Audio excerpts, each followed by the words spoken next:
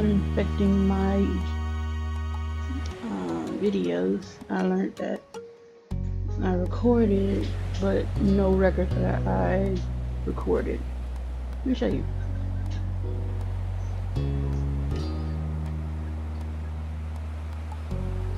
All of this, and this was not recorded.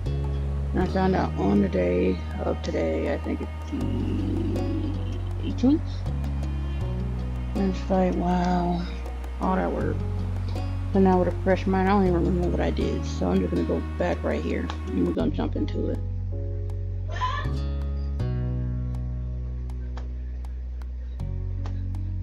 Just jump right back into it. There was no denying it. Today was the very last day of summer. Tomorrow you were heading to class. You were excited to go.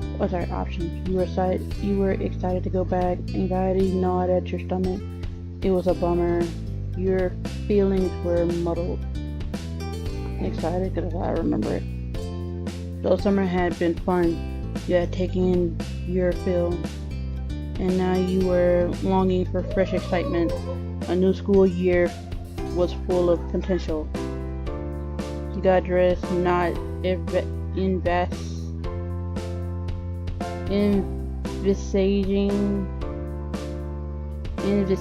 the day before you, but contemplating what lie ahead of tomorrow.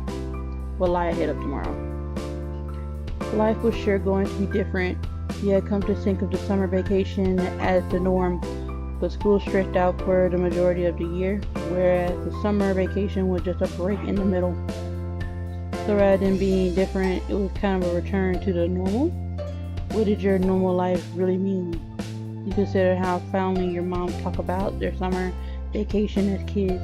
You dimly recognized that one year the pattern of school and summer itself would be over for good. It was hard to imagine. You got distracted. One arm still out of a sleeve, you pulled it through and put your mind back to the present. This season had brought about plenty of changes of its own, like Kira's visit, though that too was coming to an end today. Can't remember that much, but not a lot. Options. You were happy you finally gotten the chance to meet her. You had become extremely fond of her. You didn't really like her. Your mind wasn't made up on how you felt about her.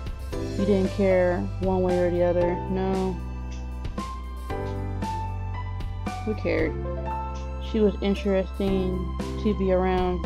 You liked how easy it was to talk to her. You finished dressing, which was good. Cole would be there any moment. You agreed to see his mom off together. Officially, the plan was that he would come over to bring you round to his house when she was ready to set off. But you both knew that you'd be hanging out for at least a little while beforehand. Kiara's visit had troubled Cole when it first happened. It had been a sudden change, thanks to Mr. Halden's infamous tendencies to surprise people. But once he was able to adjust, he'd been in pretty good spirit with her around. It was a relief for everyone. The next thought that crossed your mind was options. It would only be polite to get the door for Cole. You went downstairs to wait. You couldn't wait to see Cole, so you went downstairs to meet him when he arrived. Cole knew your house well enough. You can lounge in your room to wait for him.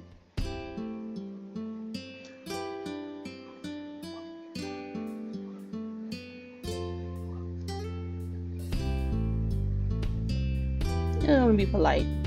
I don't remember what I chose last time. You strolled down the stairs. Someone also might have been able to answer it, but he was your guest. It was only a few minutes later when the doorbell rang, as you chosen to stand beside it to wait for Cole.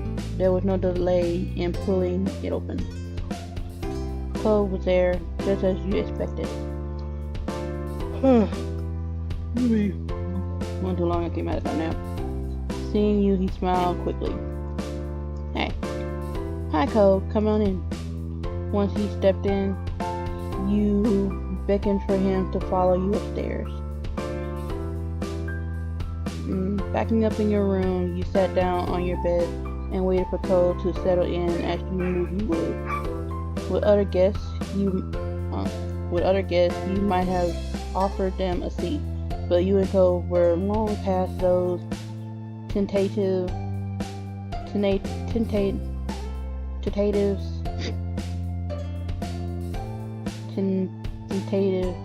stages of friendship. Your room was as familiar to him as his home. You watch as Cole sat down in your desk chair.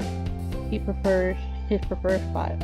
He rolled it closer to the bed to make it easier to chat, tweaking the angles so that he was facing you fully. Once happy with the position, he leaned in towards you, hands held on his lap. His actions weren't the ones of someone who planned on moving from his spot anytime soon, even though you had an appointment to keep together that day. When is your mom leaving? Don't worry about it. We got some time. She still got a shower and stuff before she goes. She didn't want me to just keep hanging around while she was doing that. He lifted his head, his gaze drifting out through the window, and chuckled. I can't believe she's already leaving, just when I'm getting used to her being there every day. He leaned back in the chair, a weary smile tickling his cheek. Options, yeah, you nodded. She'll be back. Time is going by so fast.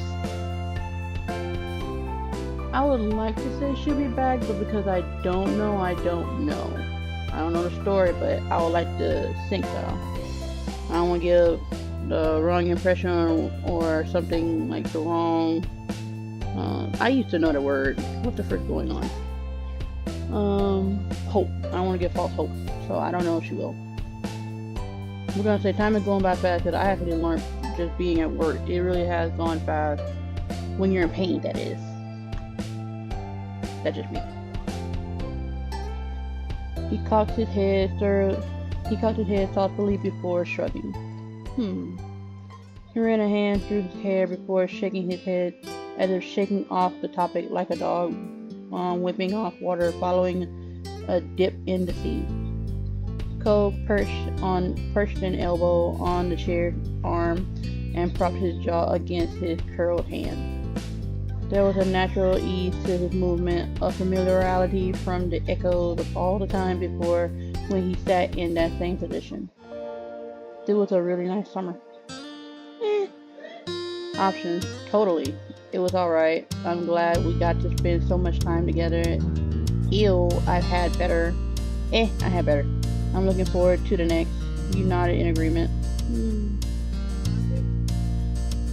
Yeah, we're glad we got so much. I'm glad we got to spend so much time together. Cole, still nestled cozily in your chair, smiled at your response. How are your fish doing? Really good. Things in the tanks are stable and everybody looks healthy. That was nice to hear. You learned from Cole how hard it was to maintain an aquarium. I ain't gonna lie, I forgot about the names of those fish. Or one of the fish I think I gave them. I think it was Yan. I don't know. There you are, Yan. I remember my fish. Yan has been busy. Keeps darting between the plants and out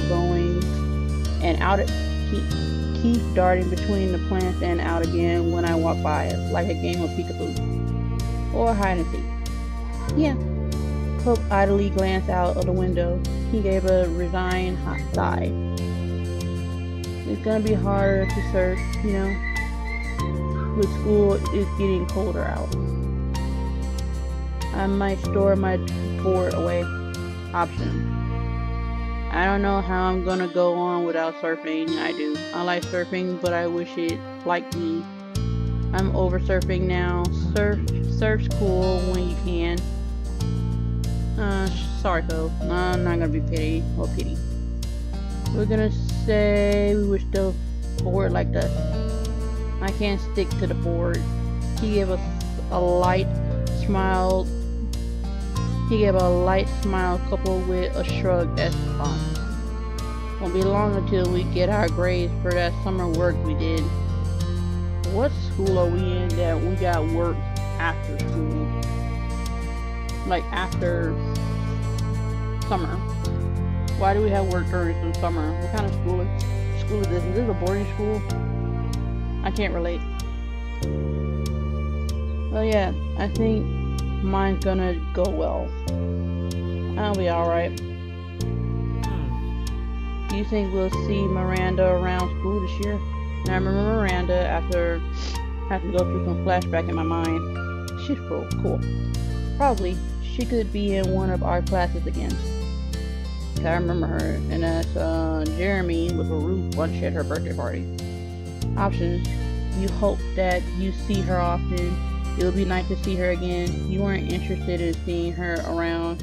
It didn't really matter to you. We're all nice to see. Teresa, Cole. The sudden call from downstairs caught you both unaware. You nearly forgotten the world outside your room. From the guilty look on his face, Cole had done the same. Just had a call. Cole's mom is ready to go. If you're quick, she might keep the mandated mutterly smothering to a minimum. You doubt that, but it was nice that Mom and Miss Press had their strange sense of humor in common. Your eyes met Cole's. Wordlessly, you headed downstairs together. Each step on the way there was painfully slow, like he was trying to delay the inevitable. His whole body tensed leaving the house, and Cole froze all together before you both could cross the street. The door's open. Dad must be taking her stuff out. He swallowed hard. She's really gonna leave. Option. You smiled at him reassuringly. You gave his back a pat. You rest your hand on his arm. This isn't the last time you'll see her. Don't remember what I did, but I'm gonna say I rest my hand on his arm. Cole looked at you like he was hoping you had a solution for how he was feeling, and all you could do was give his arm a squeeze for support. At that, some of the conflict wearing on his face eased a bit.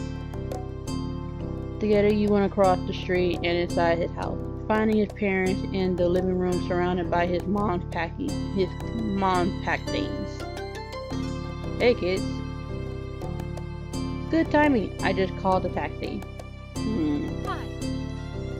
Hi, Emma Teresa. So glad I get to see you today. It was fabulous getting to know you this summer. I finally got to put a face to the name I've heard so many times. She winked and Cole pouted on cue over the teasing. True. Option. I'm really happy I got to meet you too. I hope you had a good time visiting. Bye. You didn't say anything in response.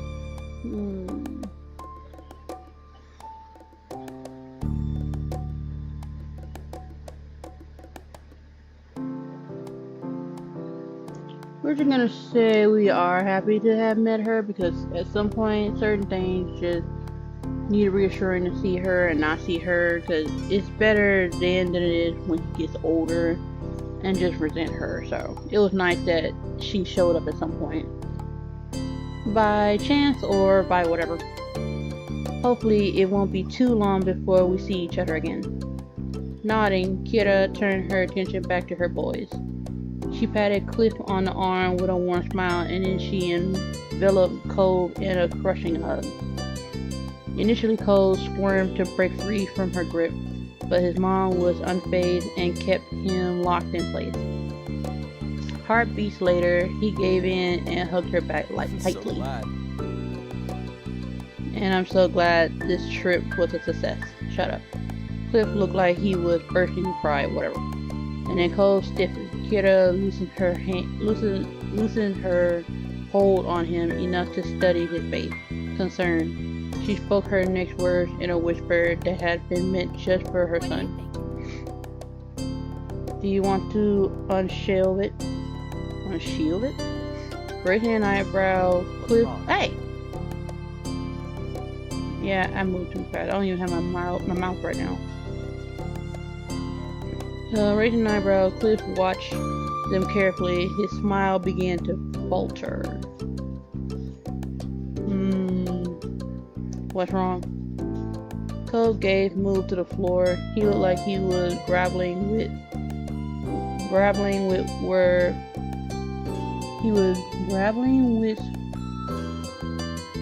to begin, but then Cliff smacked a hand to his own cheek.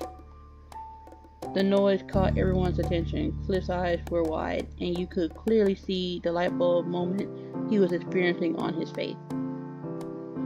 It shouldn't have been a surprise. I went behind your back again. Yeah. And it only took me until the very last moment to realize it. You got a terrible timing for when somebody show up and when somebody's actually leaving. Crossing his arm, Cliff laughed at himself. You could tell it was out of frustration and disbelief, rather than the usual good-natured feelings. I'm so sorry. I thought I had gotten better at this. You have. Cole's voice was small, but it was enough to break through his dad's thoughts. Cliff's mouth pulled into a small smile. It's been a long time since something like this happened. Not long enough. You deserve better than a blockhead falling back into his old habit just because things seem to be going good. It won't keep happening. I promise I'll work on it. We all can work on it. I can try harder myself to be in the loop on what's actually happening over here. A happy smile quickly spread across Cole's face, and he answered delicately. Okay. You felt relieved seeing how much the whole family has grown together since you first met them. They could talk to each other more easily. After that, it wasn't long before the taxi arrived, rolling in the front of the house and in clear view of the open door. Kira stood up, smiling sadly. Oh, that's my ride. Yeah. The matching reply got a chuckle out of Kira as you all filed out of the house. Filed out the house? Dad and son were with Kira's bag in hand.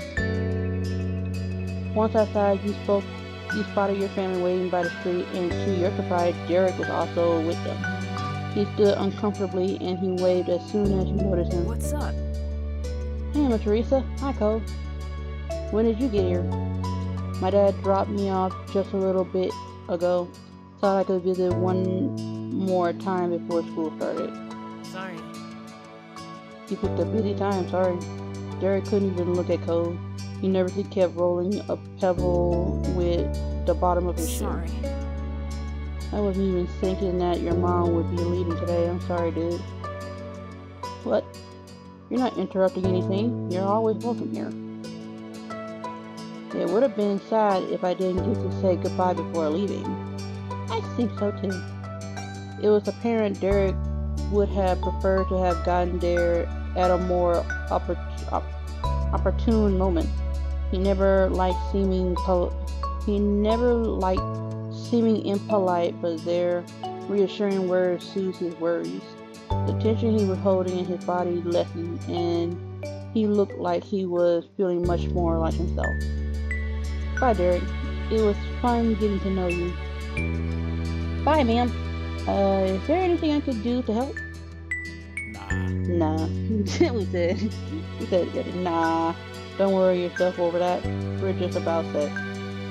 In that short moment of time, Cliff had gathered and packed the bag into the truck. Kira took one last look at everyone inside. Alright, I don't want to keep the driver waiting. It's time to head out. The little crowd that had formed around started their chorus of farewells and well wishes traveling, but Kira still made no move to get into the taxi. She placed her attention on Cole. I'll call when I get to the airport and when I make it to Nevada. So you better call the moment you walk into the door at home. Otherwise, we'll be wondering all night if you got into trouble on the way there. I can do that. And could you call tomorrow too, so I can tell you how school went? Oh, alright, I forgot about that.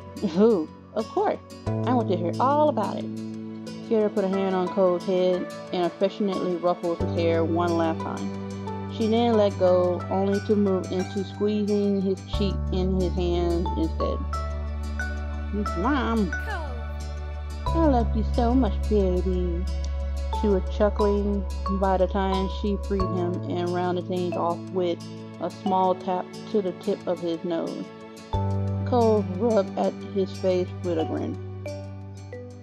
Finally, she walked into the car while waving and took her seat in the taxi. Cliff hooked an arm around Cole's shoulder and kept him close as it began to pull away. For a moment, Cole looked at his dad and then wrapped an arm across his back. Bye, Mom. Bye, travel safe. Sierra rolled down the window and stuck her head out of it. She waved again while blowing kisses at Cole and Cliff. See you again. Before she was out of sight, you decided to option. Call out with your family and her. Wave goodbye. Watch quietly. Call out. As you added your voice to others, you watched your smile grow larger. The cab turned down another road and completely disappeared from view. Cole let go of his dad and took a few steps out into the empty street, still looking in the direction his mom went. He smiled quietly, deep in thought. You got the impression Cole was feeling better than he was earlier. He was finally content with the way things went. The summer breeze brought a sweet-sounding jingle across the way. It was the wind chime you had given Cole. He had hung it at the front of his house, and it had become a very familiar sound in his neighborhood. You jumped a bit when your mom put a hand on your shoulder, pulling you away from the thought. She smiled when you looked at her. It was a great vacation, huh? Option, yeah. I don't think so. You nodded agreement. You're not in agreement. You shrugged. I don't know. Summer isn't over until the second I fall asleep.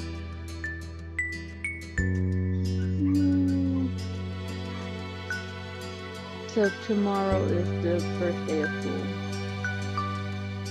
Well, keeping it real. Bottom. No, not for you then.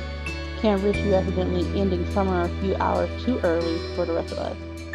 Definitely shook your head amused. Cole walked back over to the group, still genuinely happy. Derek grinned at him welcomingly, and everyone else there smiled at him, even Elizabeth. Well? She said it, not me. Mom clapped her hands together, bringing everyone's attention back to the present. It's almost lunchtime. I think I'll pull something special together. Her eyes sparkled with a plan, and Mom smiled. I bet you could use some help with that. That'd be absolutely wonderful. Derek glanced between the two, his eyes furrowed.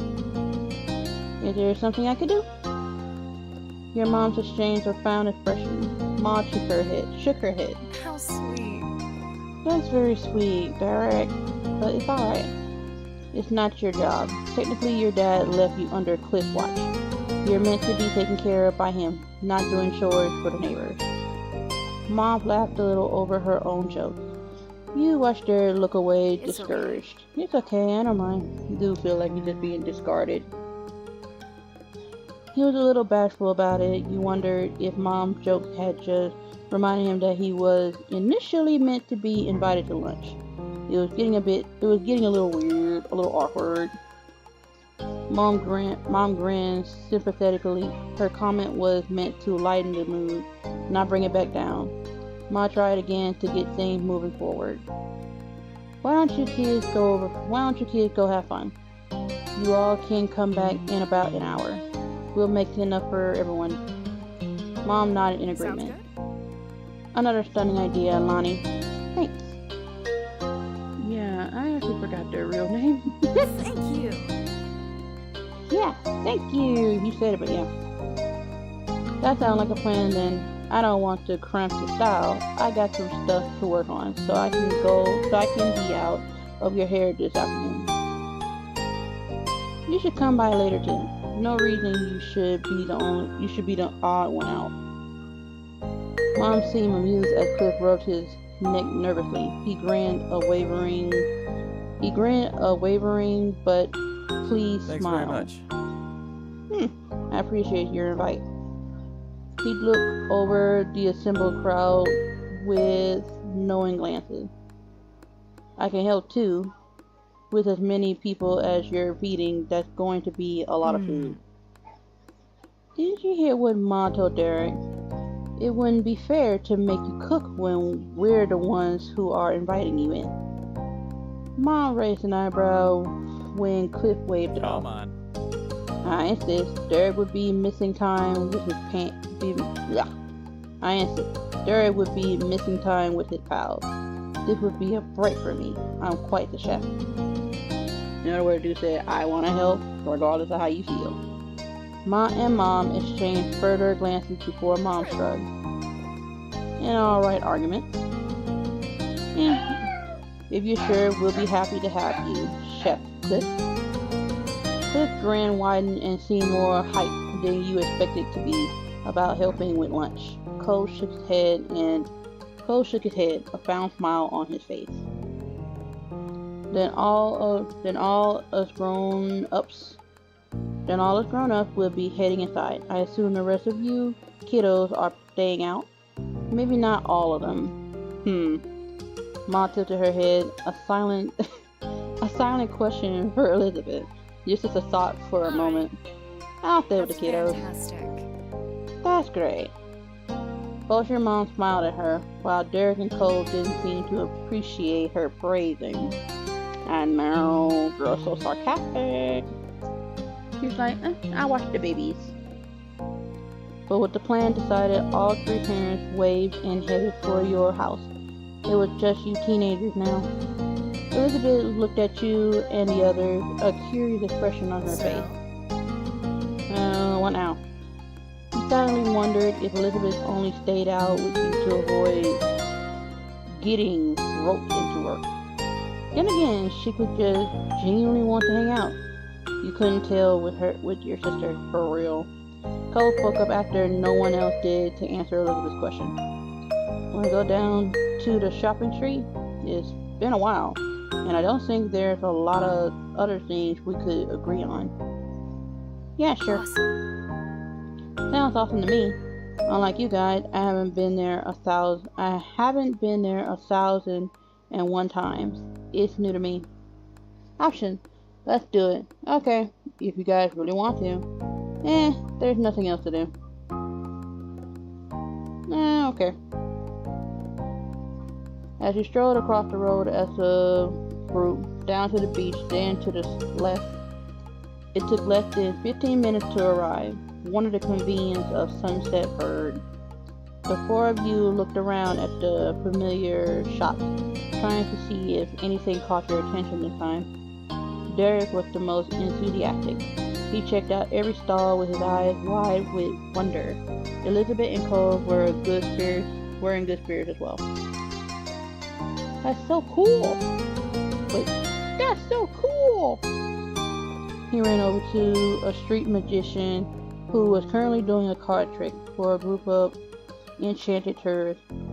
Derek clapped with the magician showed Derek oh gosh, I said the wrong name. Derek clapped with the magician when the magician showed a middle-aged man's card. Derek turned back to the group with a curious glimpse on his face. What does it take to perform here anyway? Do you have to ask somebody, or do you just show up and start doing stuff? Who would you even ask? It's a public street. Hey, Miss Mayor, can I pull a rabbit out of my hat? Please, Flopsy, it's well behaved, I promise. Derek chuckled, his eyes searching up and down the street. Maybe there's a boss at the shopping street? No one does any of this around my neighborhood. It's just regular stores behind walls. It's different if someone wants a real store. But here, I'm pretty sure people are just putting on their little shows whenever they want and do whatever. That's so real. That's so neat. Would we be allowed to do something too? Cole laughed and Derek began almost vibrating with excitement. Elizabeth rolled her eyes. What will we do? Well, I don't know yet. I don't know what. Not yet. I mean, I just found out it's a possibility. But... you know? There's gotta be something. We know cool stuff. I'm sure if we think about it, we could plan a show that really get a crowd pumped. Option. You thought it was a great idea and wanted to be a part of it. You felt he could try this idea on his own. You thought Derek needed to abandon that idea. Like, bro, no. What the heck? We ain't about to discourage people. Like, you got chances and choices out here. You gave a look to the other two. You're gonna choose the first one. It's like, you never know until you try. I'm in. Woo! Nice. I know I could count on you. Now we just need the app. It'll come to us. Right. With some amusement, the gang continued to peruse the stalls. Elizabeth found some earrings with a dangling, badly misprinted globe that everyone laughed at. Cole picked out a blob as Iceland, but Derek thought that it was to be Greenland. You know, this old world with what looks like 9 continents. I think you're both wrong. Option.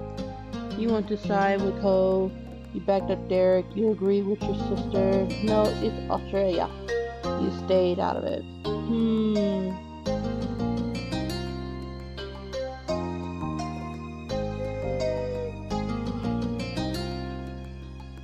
You're gonna be indifferent and say, no, it's Australia. The other 3 giggled at your interruption. Suddenly Cole froze. You stared at him and then tried to see what caught his attention. When you saw a familiar face down the way, it all made sense. Between the crowds, his bright hair stood out like a neon green bowl in a kitchen sink. It was Jeremy. I would have never thought to say that. Jeremy slowly drifted his eyes down the street, and his eyes widened in mutual recognition. He definitely noticed you. The puppies. Somebody adopt these puppies. Derek frowned and Cole tensed up. You couldn't help but remember the last time you seen Jeremy at Miranda's birthday party. No wonder Cole was already defensive. Options. You stood there shocked. You glared at Jeremy. You waved at Jeremy. You decided to smile at Jeremy. You looked away. It's a good day. I was pretty much just waving at the dude. He's gonna see him anyway. He did not wave back. No duh. This is Jeremy. He's rude. Elizabeth raised an eyebrow. Her gaze swept over Jeremy without a hint of a clue. Jeremy simply sculpted himself and waded deeper into the crowd of people. Waded deeper into the crowd? Derek relaxed and exhaled loudly.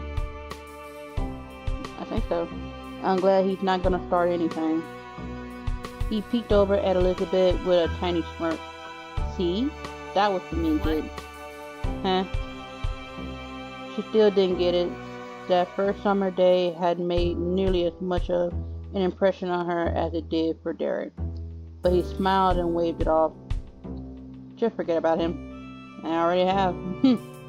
He laughed and Cole smiled lightly. He seemed in a much better mood now that Jeremy was gone.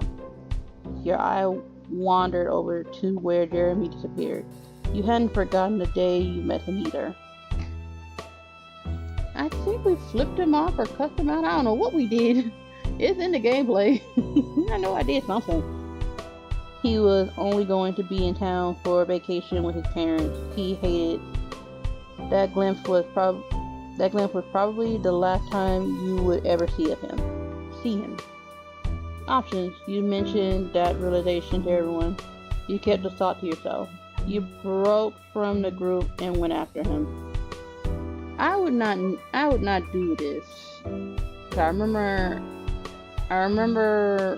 in the preview or in the little snippet of what I thought I recorded. Sorry.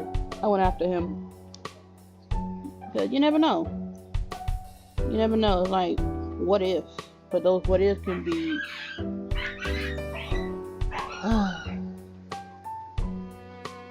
They're alive.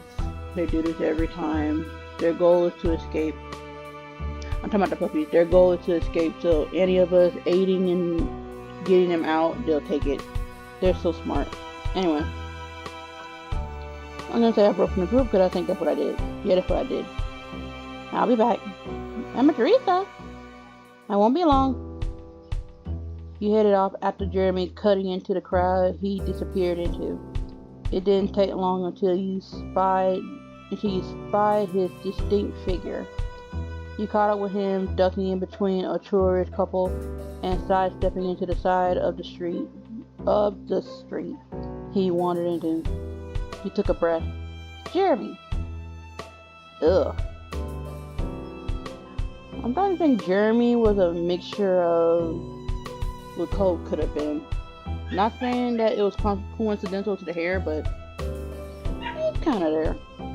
Jeremy's slouched posture stiffened, and his neck turned to look over his shoulder. His scuff deepened when he saw it was you. What now? You glowered at your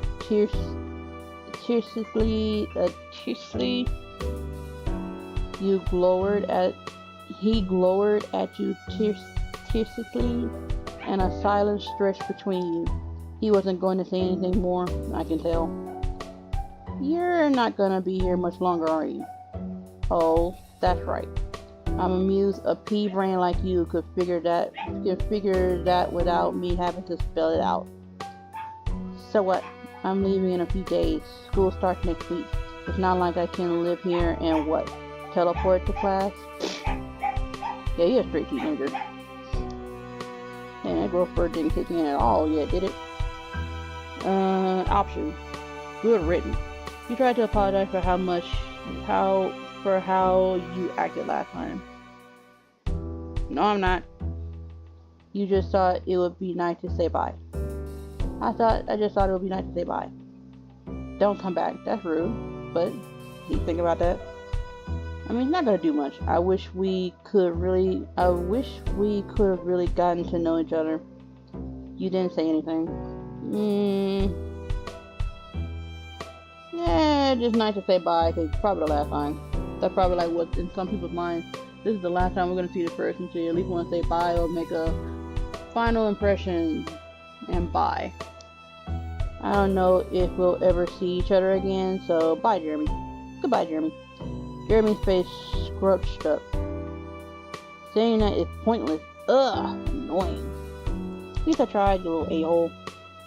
He stomped off into the crowd, vanishing into the sea of other tourists. That's kind of funny, he just bumped into somebody because he just annoyed with himself too. When you couldn't see him anymore, you shook your head. That was it then. You turned around and saw Cole, Derek, and your sister shuffling through the crowd. Derek saw you and ran forward. The other two following close. Are you alright? Yeah, I'm fine. I just had my last conversation with Jeremy. He's for sure leaving. So what? Okay, who cares about that kind? Who cares about the kid? Cole shrugged in a she at the point kind of way. You nodded. There wasn't anything else to do about it now. Jeremy was unlike anyone you had ever met before. He a rude bunch. Option. You thought he was horrible. You thought he was weird. You thought he was stupid. You thought he was kind of pitiful.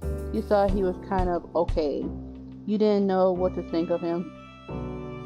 No, we all know what to think of this kid. So it's like, what's the chance of somebody can change and develop and grow? But because that's the last time, you never know. So just your first impression is he's a jerk. I wouldn't say he's horrible because it's not like he spat on somebody or threw a rock at somebody or purposely tried to get somebody hurt or cause mischief, confusion, or chaos. He got issues. That's it. So basically, the first of a teenager, I think. I don't know. We'll see. But yeah, I would say pitiful for now, cause like, how do you walk around with that much hatred? But I wouldn't say hatred, but dislike. But it's kind of right there. You and the group moved on from the stall and from Jeremy. It didn't take long for everyone to return to the joking. You all enjoyed what little time you had left, as Elizabeth mentioned the hours. The hour was almost up.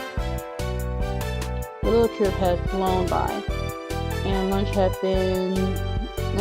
have been waiting for you now. Derek bounced on the balls with his feet. Come on, guys, let's get going so we can eat. I'm starving. Option: if we have to. I can't wait. Phew! I've had enough walking around. Homebound, here we go. You nodded silently.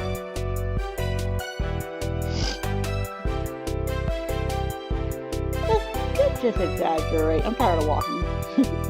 Phil stretched one of his arms lazily. Let's go then. You looked at him appraisingly. Option: you asked Cole to carry you back to the house. You nodded at him. Carry me. Hey Cole. Yeah. Could you carry me back home? Or carry me back on the way home? What? Look at that smile. He don't care. He'll do it. Cole's smile said he was amused, while the tilt of his eyebrow was full of disbelief. Explain. Option: you explained you wanted a piggyback ride. You didn't want to walk back. You told him it was a special occasion. You decided to let it go. Piggyback ride. Baby, I want a piggyback ride.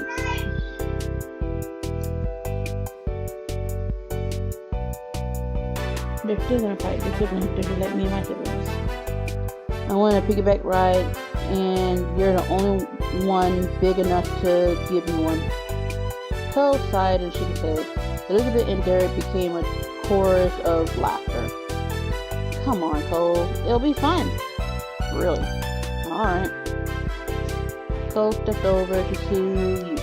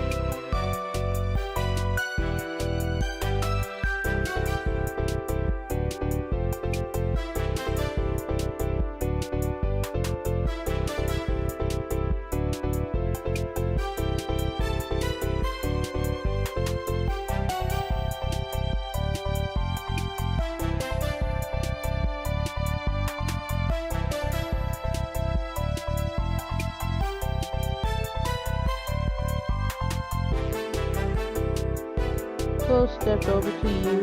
He looked like he couldn't believe what he was doing. Your lips perked in a large smile. Perked. Your lips squirted into a large smile. Ah, yeah. Hey. He carefully crouched down in front of you so you could climb on.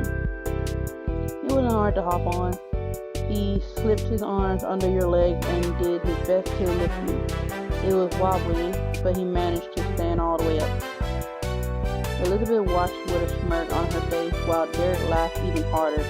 It was fair to say that your antics were entertaining. You were glad Cole went with it. Cole carried you home contentedly. Other than a few good-natured jokes at your expense, he didn't complain.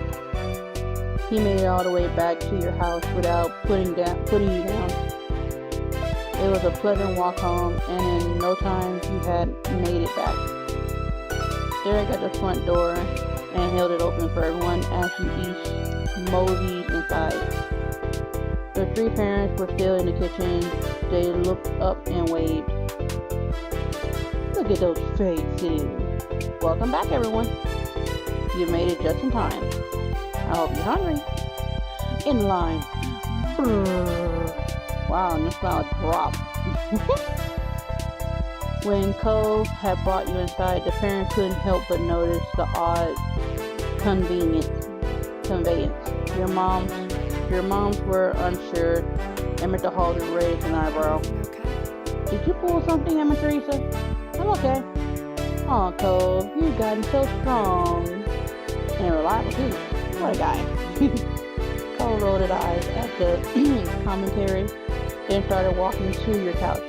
He bent down and let you pull, He bent down and you let yourself flop back on the couch. Thanks for the lift. Hair. Cole exhaled loudly and shook out his arm. He just seemed relieved that he made it. So, did everyone have a nice time out? She gestured for people to take a seat at the table. Plates and silverware have already been placed out. You took your normal seat. Elizabeth sat across from you, and Derek took the seat to your left. Cole sat on your right. Yeah, we had a great time. It was fine. Let me say it better. My voice is disappearing. It was fine. Cole shrugged, and I wouldn't say more than that. Options. I really liked it. It was okay, I guess. Yeah, the bank heist went off without a hitch. Third one. It was funny. Your joke got some chuckles going around the table. That's good in my book. Casually, Mr. Holden sat in the empty seat across from Cole. He smiled at you and all the other kids. Mom set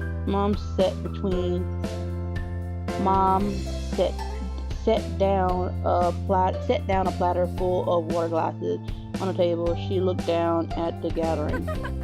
It's a good thing we had 8 chairs. I can't remember the last time we had a group this big over for a meal. Can you pass the drink down to the other side? Make sure you all get one. Sure. Though closer to the cup obliged and started offering waters around. As everything got set up, Ma chided Elizabeth to take her elbows off the table. Now. And you shouldn't slouch. Ugh. Great. I'm not perfectly doing it. It's just how it is. She pointed to Mr. Holden, who was leaning forward with both arms on the table. Oops. Mr. Holden seemed unsure about all the sudden attention and carefully rearranged his posture, something suitable for a fancy dinner. He smiled sheepishly at Ma. Elizabeth rolled her eyes, and Ma gave a level look at her. She was like the Bleach character, just her hair is black. I can't remember her name right now because I'm really not into Bleach like that. It just showed on when I was a kid. And I just remember Rukia, Ichigo, Kurosaki, and that's about it. Those are the only two names I know. Oh, and Orihime. You shouldn't be impolite to a guest in the house either. Elizabeth groaned, long suffering. Mom giggled and Mr. Holden chuckled. A lot of you could learn a thing or two from Derek. He has the best manners here. Derek blushed, but it was true. His posture was upright and formal. He even held his fork gracefully. His table manners, on top of all his attempts to aid your parents, made him the model of meal attendee behavior. Aww. It's nothing. It's true though. You have been a lovely guest. I noticed that too. It's always nice when you stay over, Derek. Derek smiled and sat a little taller in his chair. And do you have anything good to say about our own guest? She looked deliberately at Cole with a teasing smirk. Or is there just nothing to say? Well, Cole is my number one, but he does still clean his hands by wiping them on his pants. Cole frowned at that and absentmindedly brushed his hands on his pants leg. Your mom laughed lightly. Elizabeth, you should know, after all these years, Cole is hardly a guest anymore. Cole smiled awkwardly. Thanks. Options. Manners. Who cares? I don't think it's that big of a deal. You teased Cole for his bad habits. You complimented Derek on his politeness. Oh my god, that sounds so rude. You joked that Derek was basically an adult. You kept quiet and took a bite of food. I think I joked on Derek, even though that's not a real joke, so there we go. Next time, Derek really is going to stay inside to cook. He's practically a mini adult. If he's joining us grown-ups, then you're going to have to treat him like one. Okay, so Mr. Suarez? I can't tell. How go your taxes?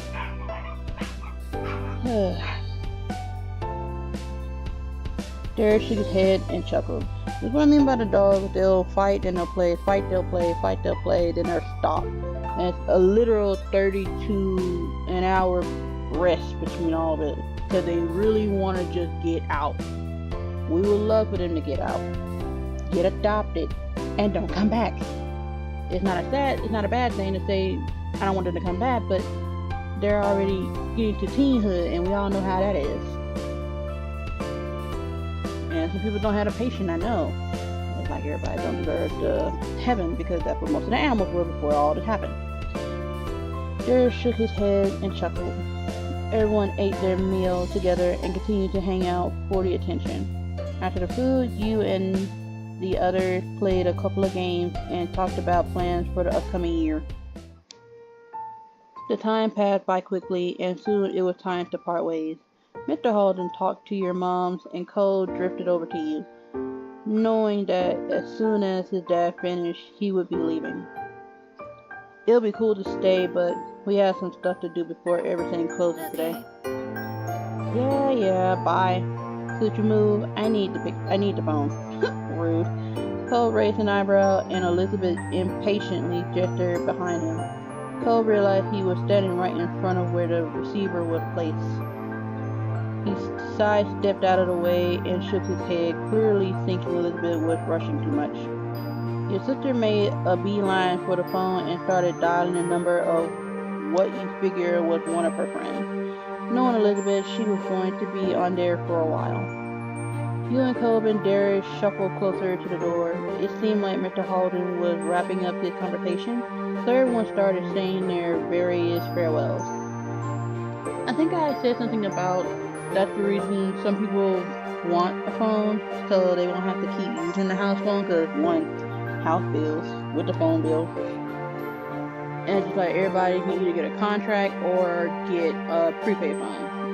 I know it's cheap or it seems very poor for some of us who use not PayPal, but prepaid. But to us, that means if we don't have to talk to somebody, we don't have to. And then there's what's the point of a bill to keep talking to multiple people and then find out y'all don't talk anymore or nobody talks, period. So like me, I don't talk a lot anyway. I'm doing so now in the video, but it's more so if I'm talking to people. I don't talk a lot.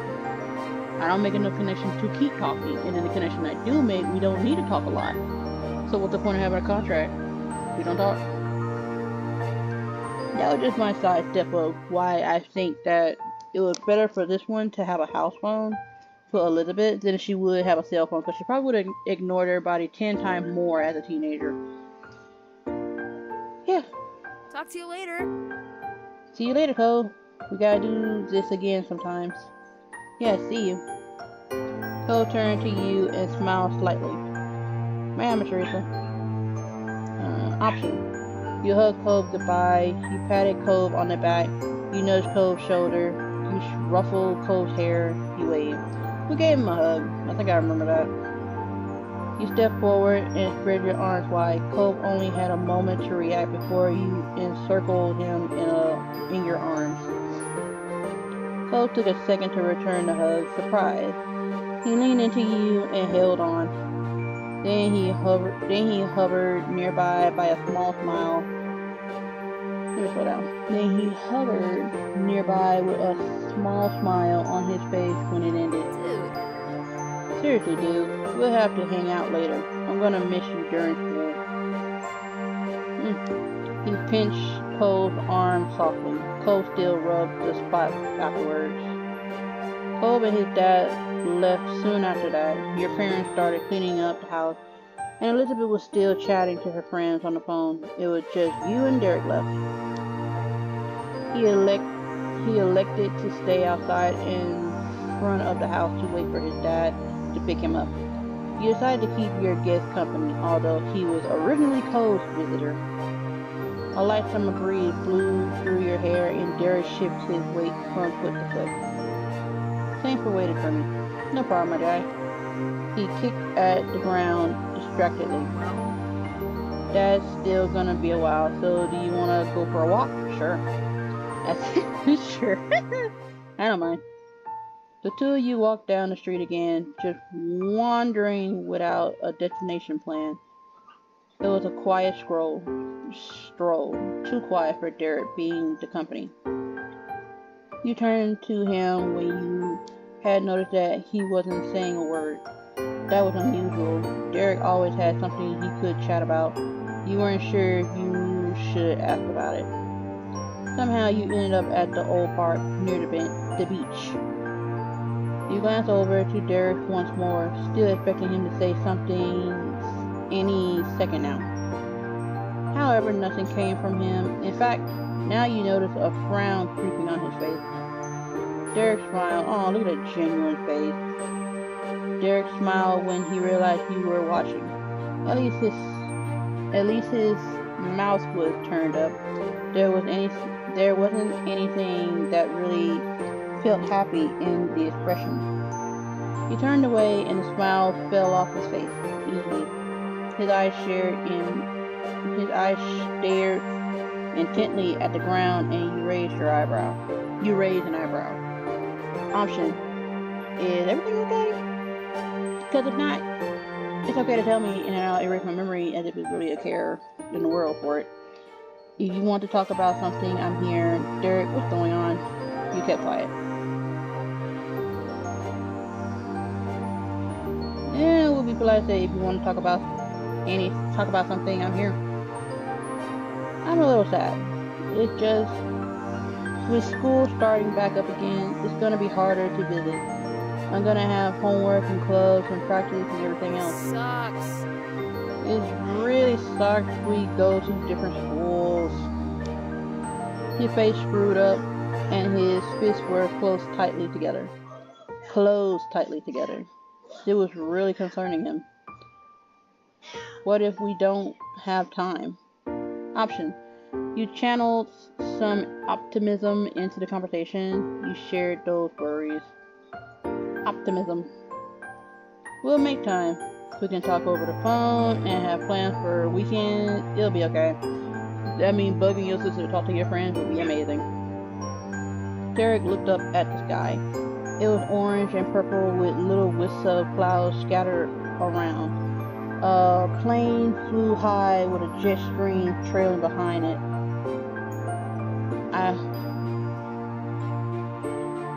Is that jet fuel or the toilet? I can't tell when they do that for the planes. Then he turned to the ground again. Derek's face was tilted far enough down that it was harder to read his expression.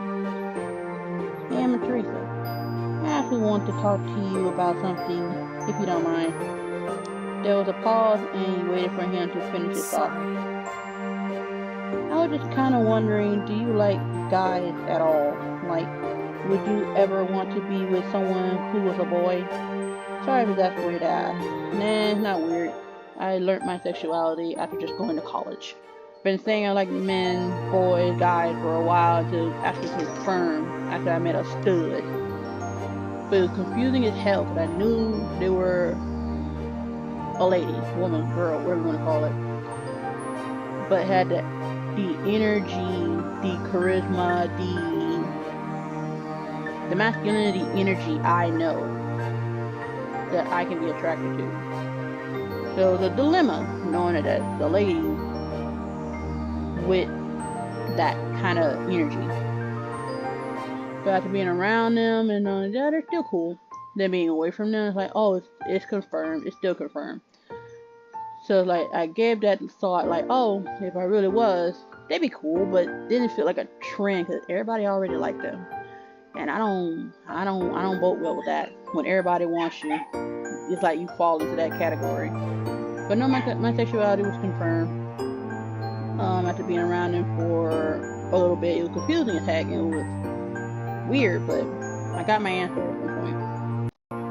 So I'm glad it didn't go long like it would for some who still wondering like, what do they like? And this is something I like. It's either gonna start in middle school, high school, or college, or after college. Because like everybody's still discovering themselves. They think they're done. No, you're not. You are not done. You may be young, but you are not done discovering yourself. Especially if you're gonna hit 50, 60, 80. Nobody's done. I don't care what nobody say. You're not done. When will we be done? Probably never until we pass away. Because we're all not gonna be sure all the time. And I like that. So it gets scary at some time. Because like, when will I ever have to stop learning so much? Just to give an answer right now to the change in the near future, you're probably never going to.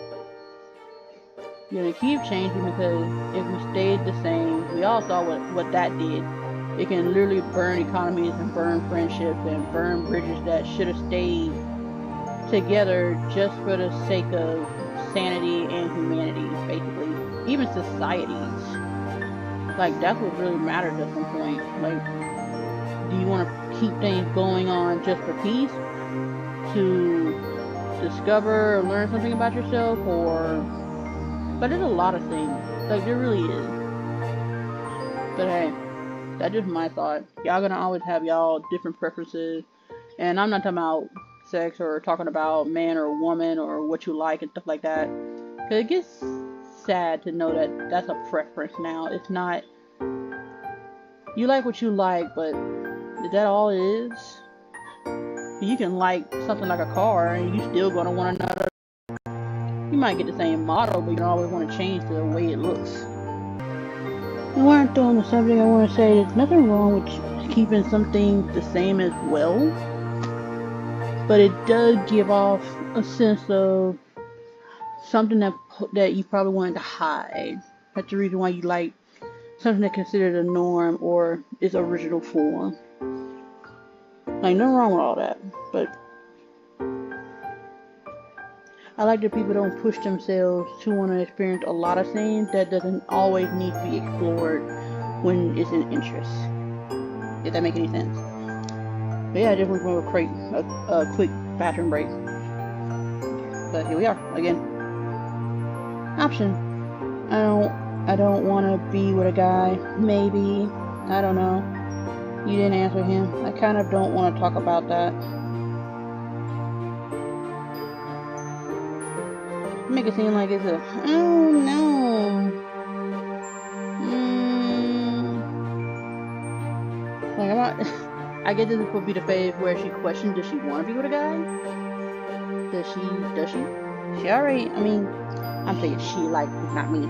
I accepted that I am putting myself in this position now. I can say yes. But maybe make it seem like a cool question, but I'll pick it anyway. Maybe.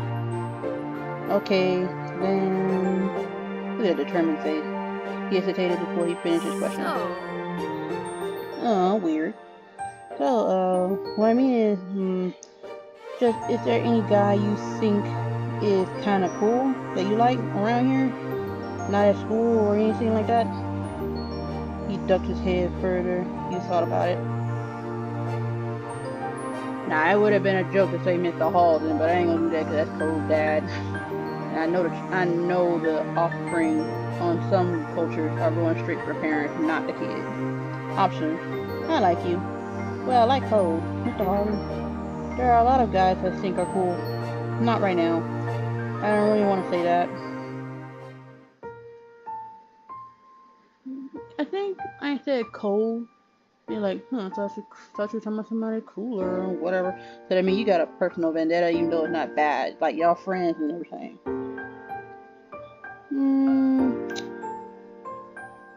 I don't know a lot of people that's cool though. But cool, but not something like cool and like combined. That they don't equate with each other or they don't collide. We're gonna say Cole because I think I showed that answer. See, told you. Jared raised an eyebrow. He didn't look at all convinced. I can't tell whether you're kidding around or being serious. I really didn't think you were Cole. Oh, poor thing. Jared started to mumble to himself, sounding very confused. Maybe she didn't really get my question. No, that was my straight answer. So Jared pulled himself together.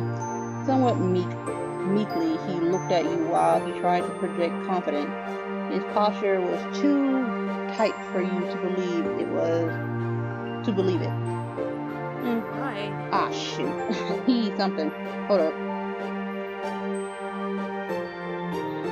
He was nervous. Makes sense. You know, thinking ahead of everything is important. You gotta get yourself a game plan and all that. It's good to make plans, especially backup plans.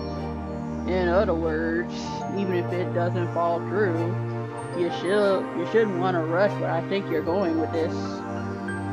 Don't you agree? And everything shouldn't be played like a game, even though that's what everybody's treating it. He babbled, all full of energy and forced gusto. Well, anyways, I heard about this thing where people make pacts with their good friends that if they don't find anyone else, then they get together. That doesn't sound like what I think you're taking it, basically. Because now my mind is not where it used to be. If you do that as a kid, without taking into consideration that you're adults now, you may or may not have the same feeling for that person. So I don't like that fact. That probably would have been a good pact if it made sense. Like, if y'all gonna be together as friends and then you see that it blossoms into something else. So like right now, you're just kids. Probably haven't got all your feelings figured out, but if you did get your feelings figured out, your parents and adults would have looked at you crazy like, there's no way you should have got all that at such an early age. But y'all still stupid at how surprised you can be that children do know a lot. Y'all just dumb them down so they won't ever have to reach that part of life where it's like, we needed them, but you got rid of them in their spirit, so it wouldn't advance us to do better, especially in most continents and countries. But that's just me. Well, anyways, yeah. No, that's not happening. together, like they get married and stuff. No, you don't put that on marriage either, because you gotta reevaluate your life. Some people are scared of marriage because it's just a straight up contract, a whole getting together. If something doesn't work out, y'all get half and stuff like that. Like, I already heard too many scenarios with that. I use marriage as, if you are truly in love, see it as a 10-year plan then. Or better yet, don't even think about a 10-year plan, because if you truly love each other, y'all can make it, it's not just making it work either, because that would piss me off too. Y'all together just to keep making it work every decade. If you know you slipping, why are you still faltering or lying or trying to get yourself to stay together knowing that it's slipping? You're working too hard to keep something that's fading away. You're working too hard for things that are fading away. They probably need to fade away anyway, because ain't no telling where your mind was or where your spirit was when you first started. If it was full of love but not enough experience or challenges in your life, then it won't be forever strong. And that's just my opinion. I'm not saying I know marriage. I don't. I just saw it as, people say you marry the one you love. Then they tell you love can only go so far. Then they say there's more to love, and I'm like, wow. There's literally more to everything, which is why people won't get it the first time. You can marry somebody, but that's just like y'all being together like roommates or something like that. But again, that's just my opinion. I can say a whole podcast if I actually wanted to talk that long, as long as somebody keep the topic stern, because I was not very good in high school with this. I would bring up other topic and stray and do run-on sentences and everything. So yeah, that's just me. But marriage stuff, nah, you need to wait. So I was thinking, since it's good to have plans, it might be cool if we did something like that. Nah. I don't dislike it, I don't hate you, just I don't see the point in that plan. That plan doesn't fit well. His eyes widened and he started to make frantic hand gestures. Just, then we never have to worry about the future or finding someone. We can set it like a whole decade in the future, forever from now. And just like that, you can fall in love with somebody else, and then here comes a decade or something in the future, and you want to be with that person, but that person already has somebody. Whether they stay together longer or not, that's where the whole I'm still in your corner if you ever want me and need me, stuff like that. We'd have graduated high school and probably college too. We have jobs and be really grown up. I mean, we probably have our own places, and maybe our own pets and student loans and cars, and there you go. Derek babbled on for a while more. It was as if all the words he held in silence during your walk had burst out now all at once. So yeah, what do you think? Options. That's a good idea. I think having a backup plan sounds smart. You accepted the deal because you were found of Derek note. I'll think about it. I don't think that would work. I'm sorry, Derek. Do you like me? That'd be a good question to ask on my own time, but I'm just gonna say it's good to have a backup plan, but just not on that. Really? You probably got the wrong idea, but you help both of us realize it's always good to have a backup plan, because you never know these days. Derek brightened significantly and started to bounce excitedly on the balls of his feet. Okay, then let's do it. I'm gonna rewind this after this. He held out his hand, offering a shake. Officially, he repeated the terms of the deal. If in 10 years Derek Suarez, I'm still single, and if in 10 years you, Demetrius and Rama, are still single, we both agreed that the two of us will get together. He took your hand out and shook it firmly as Derek did. Think, I feel better about the future already. I guess it's working out. For you, nigga, that's what. Oop, my bad. Oh my gosh. Reality done hit me like a horse. He laughed and scratched the back of his head. You could tell he was giddy about this, and you felt happy too. Now, you didn't spend much much longer at the park after that. Derek didn't want to miss his dad, so you both made your way back to your street. Now, we are going to double back. Recording got messed up, so, yeah. From the part that I cut out with Derek, he was basically talking about making a pact. If you're not with somebody and I'm not with nobody, we agree to get married. Maybe 10 years down the road or more. And I'm like, no. So I rechanged my answer. I did not like that. So I got the one where it's like, you sound disappointed, but it's like, that's something you want to remember doing if we got older. And I remember no pact being made because we were kids. And then we were supposed to be talking to our cousin / friend Lee. And we were talking about cold and stuff. And then that's just how it went. That's just a rerun of school and what we were talking about. So yeah, thanks. It's hard to stay still. Tomorrow is going to be the start of a new year. At the mention of school, a small noise escaped him. Cole let himself fall back onto his butt and then all the way down. So he was laying on his back. He looked up at the sky. Option: you lay down yourself. You sat in the grass. You stood there. You sat on his chest. What the heck? What the heck? That is weird. That is an option I would never choose. So, how would I go by it? Definitely wouldn't sit on his chest. What the heck? I'm gonna say... Oh, so I'm standing at the moment. Alright. Sat in the grass.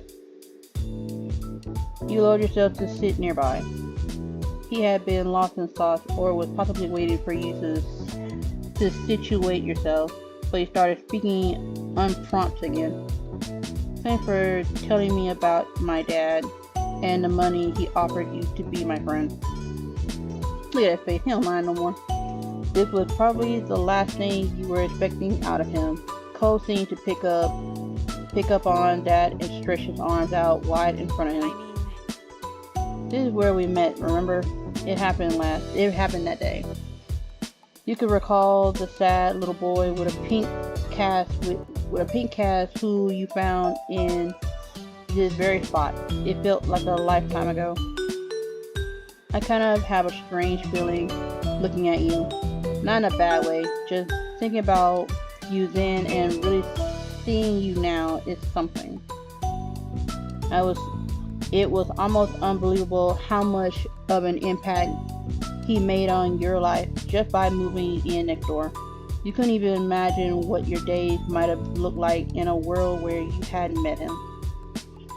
Cole glanced back at you, waiting for a response, and you had no idea what to say. Then still without a word from you, Cole shook his head strongly. What? It's you. Huh? He snickered before answering. Just give me a head burp. He looked thoroughly amused with your reaction. That's what you do all the time, so I'm being you. Option: you do that all the time too. So do you, Cole. You were stunned he noticed enough to take note of it. I don't do it that much. Not being able to argue with his assessment, you accepted it. You felt bashful about his joke. Well, you don't want to get loud, so... You do that all the time too. Do I? Yeah. Cole couldn't help but grin at that.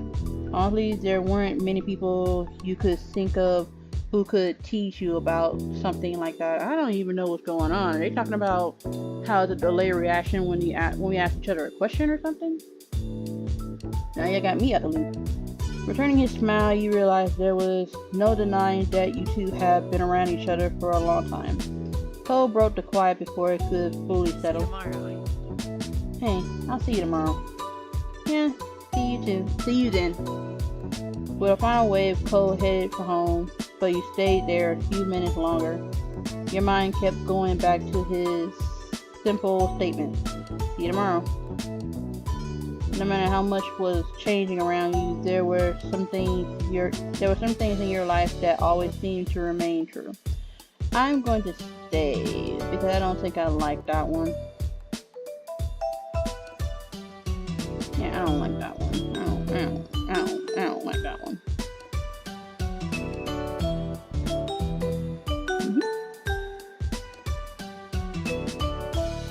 I think we're just gonna scroll right into the next one after this. No matter how much was changing around you, there were some things in your life that always seemed to remain true. The hills felt warm to you that night.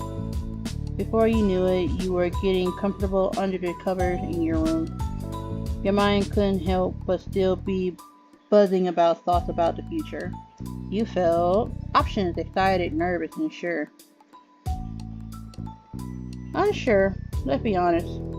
It's like we just had a realization that we're going into school tomorrow. The next chapter of your life was about to begin, and no one could say what it was going to be like. Slowly your eyes grew heavy as you drifted off to sleep, your mind spinning with wishful thoughts. No matter what happened next, you could only hope that you could make the most of it.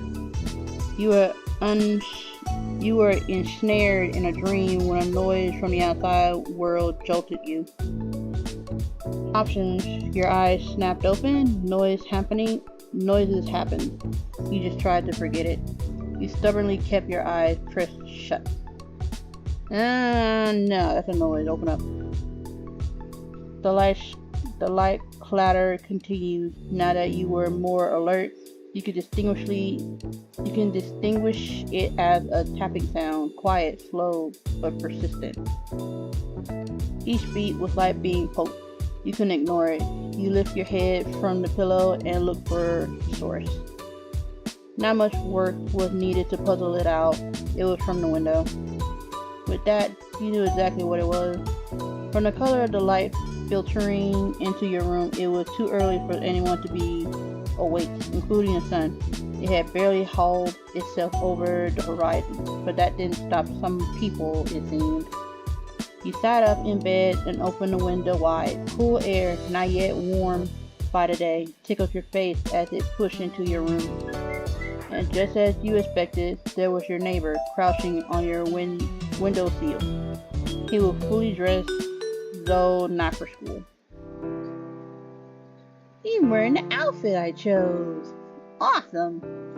He was wearing a swimsuit and a fond smile. "Hi, Emma Teresa." He stared back, blinking. So technically, we won't be back to school for a few more hours." His voice was delicate yet deliberate, each word a careful explanation. Classes haven't actually started yet. So do you want to hit the beach with me one more time this summer? Why not? Option. Always. Here we go again. It's way too early, Cove. You're crazy. Cove, you're so cute. You got a decisive nod. You gave a decisive nod.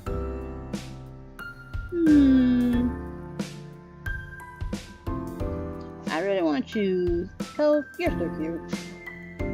And here we go again. So, I'm gonna say, Cove, you're so cute. His smile whined affectionately. You rushed to get changed into something suitable while Cove climbed back down to ground level. Your limbs still half asleep, struggled somewhat as you attempt to coordinate them into a swimsuit, but you got there in the end. The swimsuit. Wait, did I choose that? No, he been at that. Alright. Soon you were tiptoeing out of your front door, clutching a towel. Cove was already there to greet you.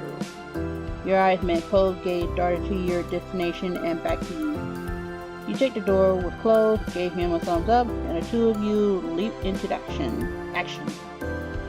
Wordlessly, you began to run down the familiar path ahead, Cole beside you. The thrill of your illicit outing made you want to laugh. Not that you dared. If anyone in your family looked out and saw you, then your summer would be back to being over. One glance at Cole told you that he was exactly the same, holding back snickers for fear of being heard and caught. The towel streamed out from under your arm like a cap.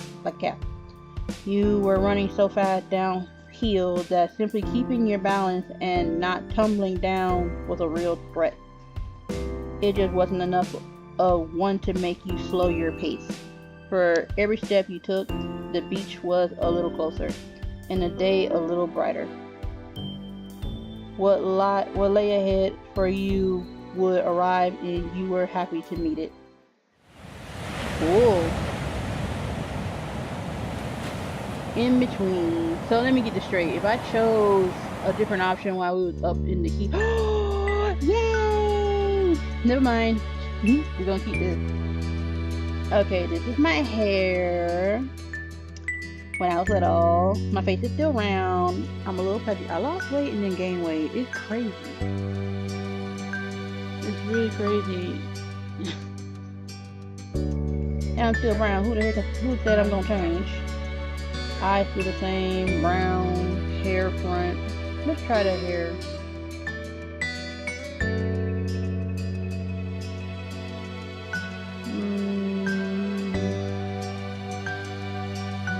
Gotta go to clean look at some point, I guess.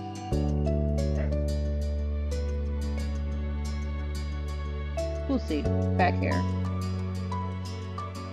You know, that doesn't look bad. That doesn't look bad either, because I always rock those. The ponytail, that is. No beads. None. Pulled back. Smooth. Okay, because we're getting into high school. Choppy. I like choppy. I didn't rock curls that much. Okay, this is actually looking nice, flowy. Short. Medium. Actually, these are looking pretty nice now that I'm thinking about it. Now to the side, I did that once and did not like it. It felt weird. Ponytail. I wore a ponytail at that length at one point, then I got tired of it because either my hair was too short or too long. I couldn't find a peacemaker with that one. Long back now. I did have that in high school. Locks, I never got into that. Pigtails, no. Pigtails too, it seems very extravagant. Braids, no. I couldn't do those anyway. Again, couldn't find a compromise with something like my neck being big space, wavy and flowy. Now that seems pretty okay. Until you put on a jacket or a hoodie, you don't like how the hair is getting caught up and you get split in. That's just me. Blunt. Yeah, it seems nice. A bun. I had buns plenty of times. Twists. Yeah, it's okay. Wavy. Okay, wavy too is looking nice. Short too. Round. Sleek, straight. Ponytail. Buns. Scrappy, looking like what's his name?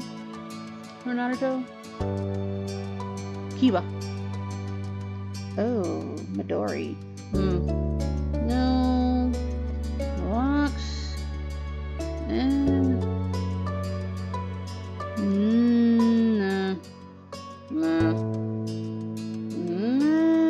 Kiba. No. Okay, so I'm probably gonna choose between this one, maybe even this one, because I had those hairstyles a lot. This is nice. I might choose this one because I actually like it. So I'm gonna choose this one. Bland, but it works, motherfucker. It works. I did want to try dyed hair at one point.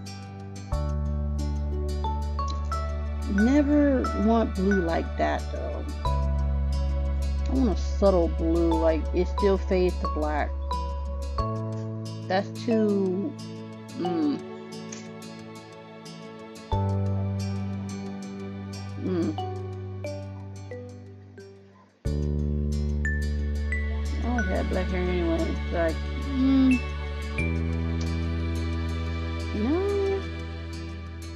gonna do a little bit of interest. I'm gonna pick blue. I do like it. Do I want my whole hair blue? At some point I think I did. Ooh, now that's actually pretty if I can get it to merge. Like blue is by itself is fine, but like to merge it, yes, I'll stick with this one. Let's see. Birthmark is still the same. Wait, do I even have it? Where is it?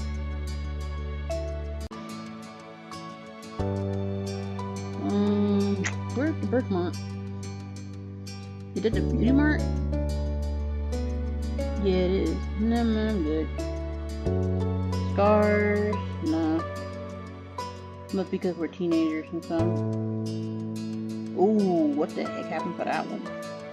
I mean, there's nothing wrong with it, but it's like, you gotta question, how did they even get there? Rose cheeks? No. Freckles? No, because... why?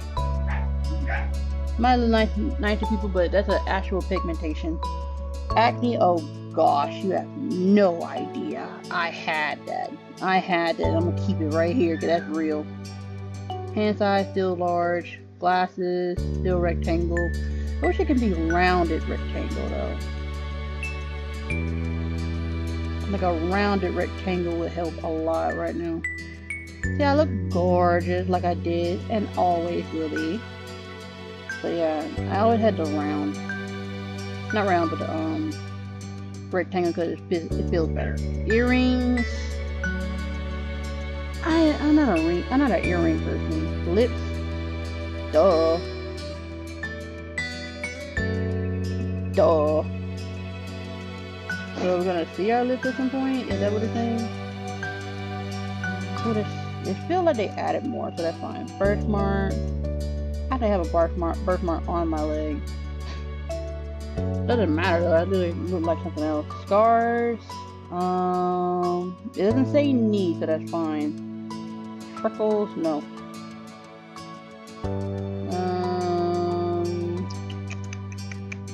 Pants is still the same, shirt's still the same. I wear no accessories, but I did get into hats, but not in high school, so I still have hats, so I'll get that. Braces, I wish, but no, not during that time. Ring, no. Headscarf, no. Nail length still short. They get longer as time go on. Nail polish, I wasn't really into that. I did it. I don't even know how many times, but it wasn't that many because it was rare as a mug. Nose ring, no. So we're pretty much done. Yep, we're done. Alright, my feelings for cold. Still relaxed, so let's be honest, we're getting into high school. Wait, this step 2 we're going into? Because, okay, that makes sense. Like, we're stepping in. Love interest found.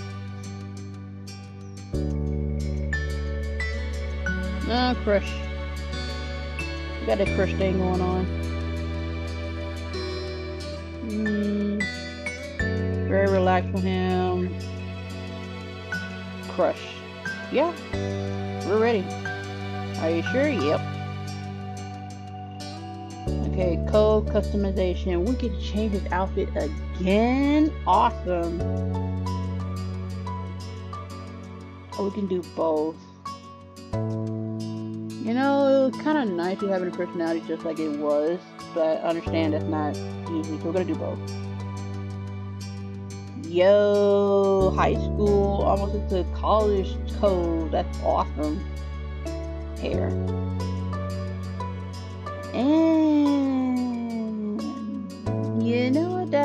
That fits him. That fits him. So we're gonna stick with this one. I think I chose this one. I just don't remember. Glasses. Nah, he can still wear glasses, cause I like it. But I do like those glasses I've been seeing Markiplier with on for sure. He really been an inspiration. I want glasses like that, but my prescription is so thick. I don't even know if it's possible. Earrings. Probably can wear some, probably not. I see a lot of dudes wear earrings, but I don't really care too much about it. It's just accessories at the end of the day. Where it used to be just a tribal thing. So with some, without, that's fine. Shirt 3.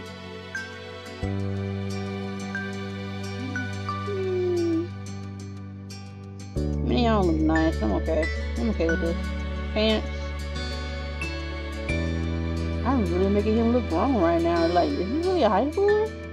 Is this high school? Or wait, are we already into adulthood? That's something I didn't take into consideration. Oh well. Oh well. Left wrist.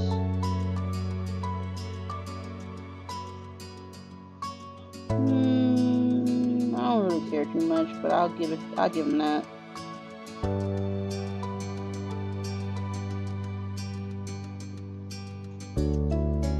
Yeah, we'll keep that. Necklace. Only one option, okay. But yes, I actually like this look right now. I was thinking about these, then I thought about it. Life gotta get a little different around here. White and the, what is that? Rosy pink or beige, whatever it is. I don't know. I don't boat well with the dirt. Cause black, you can never go wrong with that. So it's like cargo pants, looking pretty nice, So I think, yeah, I like my choices. Sleepers, yes. Oh, I actually like this consistent. I actually like this. I like this too. Oh man. Can I just tell y'all something about green? Like, green at one point felt like booger, but then it's like, as time went on, it's like, I think I like green. It's a strange feeling for it, but yeah, I like green a little bit. As long as it's merged well with blue, I guess. But this is pretty nice too.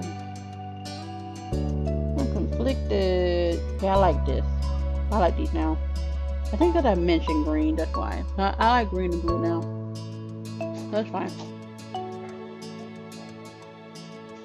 We're going to the pool. So when he going to the pool, his hair down. Cause like it makes sense. Why would you put it in a ponytail? And probably without the glasses, you probably got good eyesight now. I don't know. I don't even know if I can wear contacts. I keep being told no, but it's because of the danger. I am close to being blind anyway. Changing the swimwear. Oh, that's it. Oh well. I would pick this anyway. Not because I chose pink for his jacket last time, I think. This feel like prom or official. Okay, I like it. Okay, I don't think I want to change anything here. Yeah, I like the glasses. I still like the glasses.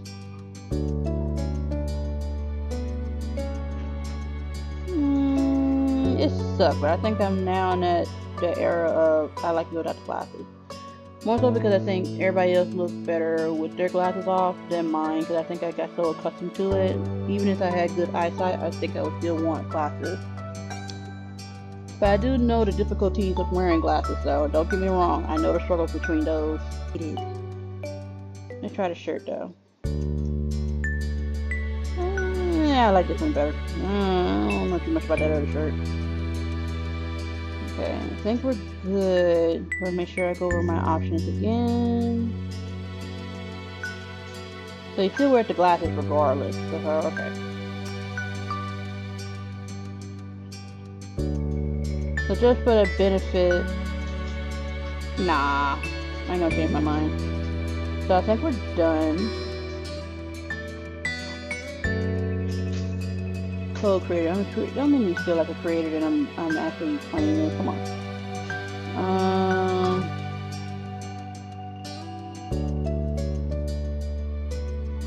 Okay, I need to look up these terms. For the longest time, I did not look these up. After my phone kind of act right. Candid is someone who is honest and straightforward in their communication and behavior. Okay. So straightforward, I like that. Affable.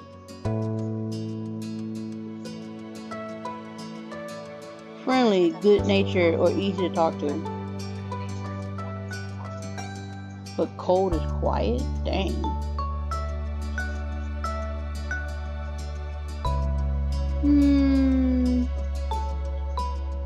How would I have reacted years ago for someone who's just straightforward with their feelings? To be honest,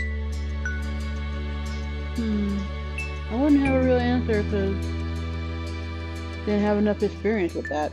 Somebody just being straightforward, and I have no real communication skill to tell the difference of what's going on in somebody's mind or in their reactions and feelings and stuff like that. And that's the sad part about not knowing how to go about some communication and emotions and reactions and actions growing up. So someone just straightforward, but I don't have a lot of knowledge of something straightforward. You can tell me you don't like me and it's like fine, and maybe make sure there's no guilt or some feeling of but what if you could like me kind of thing. Like, I don't like that.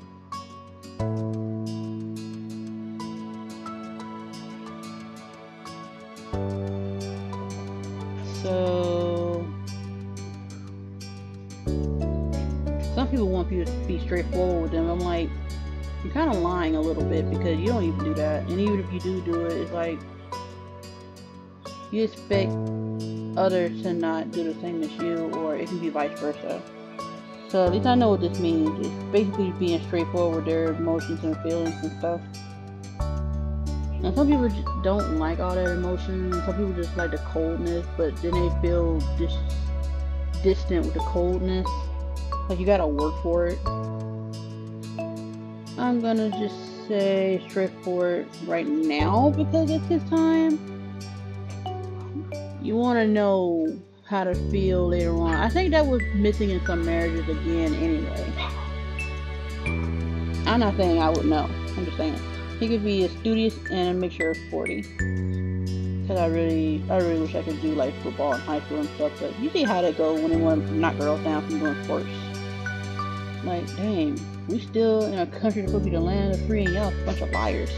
Just catered. Anyway, I think I'm done. Since you're romantically interested in Cole and are old enough to start being physically affectionate more seriously, you can choose what initiative level he has throughout this step. Make sure the player experiences what they want is important in our life, but always putting your choices first can potentially make a relationship feel one-sided. I agree. So we've added some flexibility in how it works out. Low initiative means that Cole will occasionally ask to touch the main character, and in those situations there will always be an opportunity to say yes or no. For example, he won't simply lean over and kiss the main character as a greeting or an emotional moment. Every piece of physical interaction will be either initiated or approved by the player before it happens. Middle initiative means that there will be those certain times when Cole requests to touch the main character, many chances to initiate affection in your own, and also he will pretty regularly give affection automatically. One example would be giving the main character a kiss because he's happy or emotional or something else. And in other situations, you can choose not to make the first move in order to give Cole the space to be the one to act afterwards.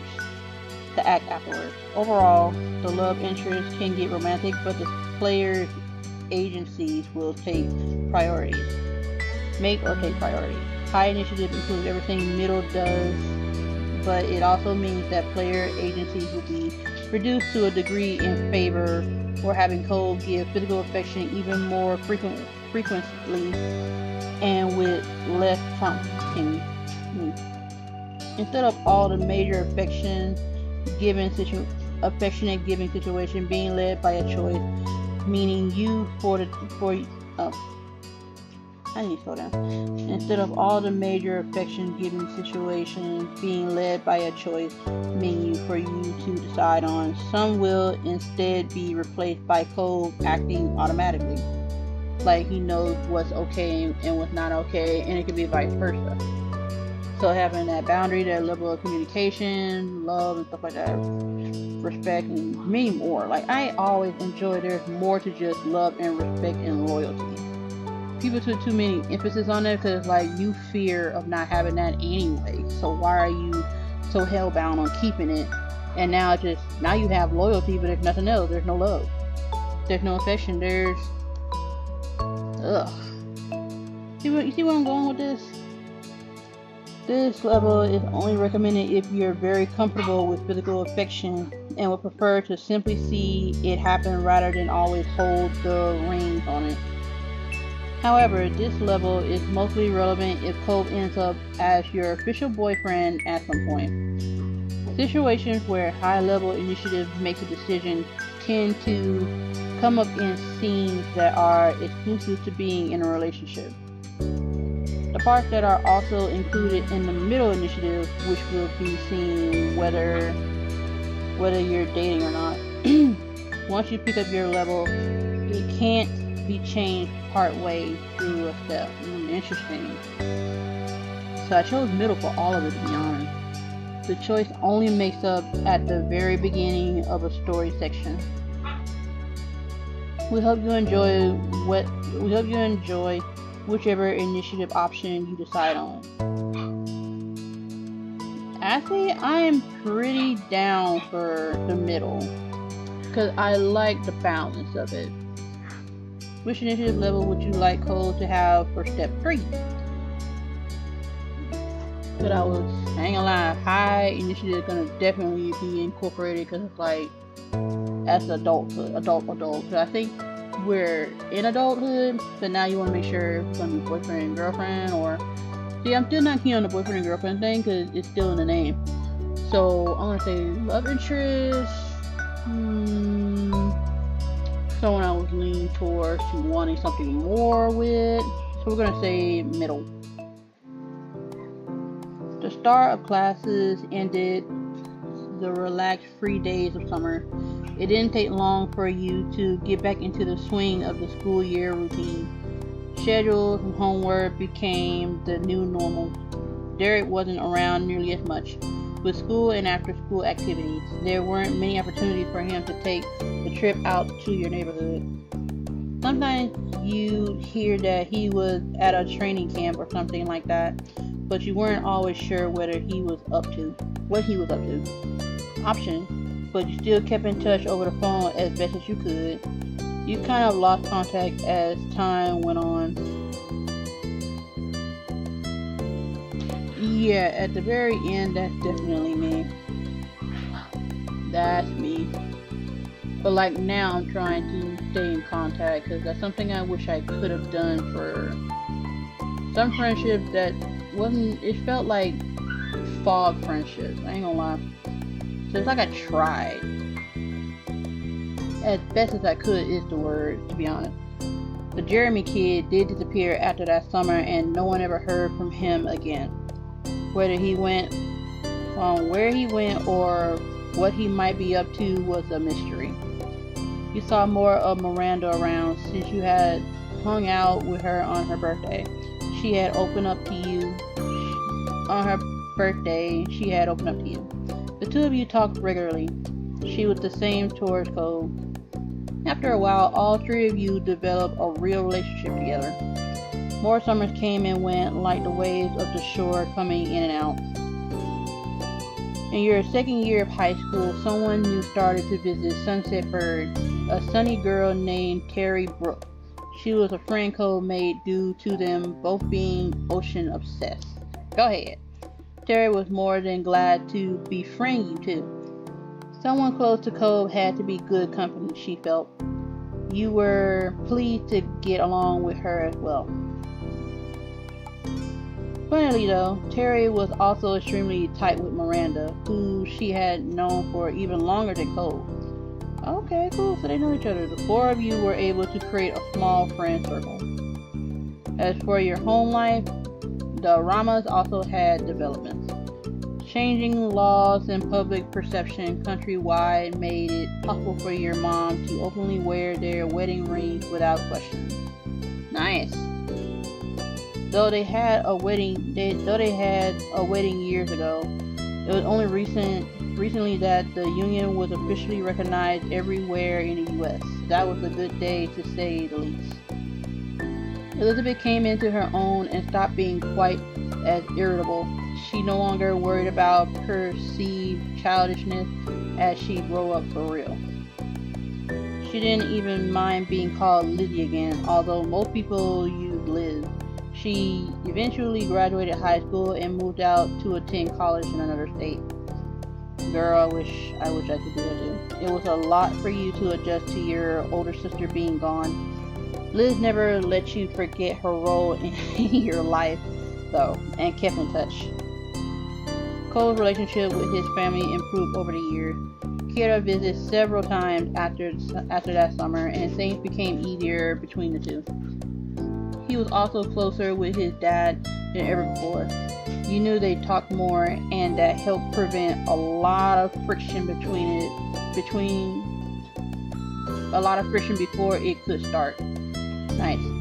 However, Cole still wasn't what everyone would call social. He kept to himself usually. He cared for the few connections he did have, but didn't reach outside them either. Cole's interest has shifted from when he was younger. He still enjoyed more studious pursuits, but he also spent just as much time on athletic activities. Oh, start playing step 3 with Crush, love interest. Thank you. Things have shifted between you and Cole. You have been friends for years, but the closer you became, the more you felt for him. You didn't view him in a purely platonic way anymore. Excellent.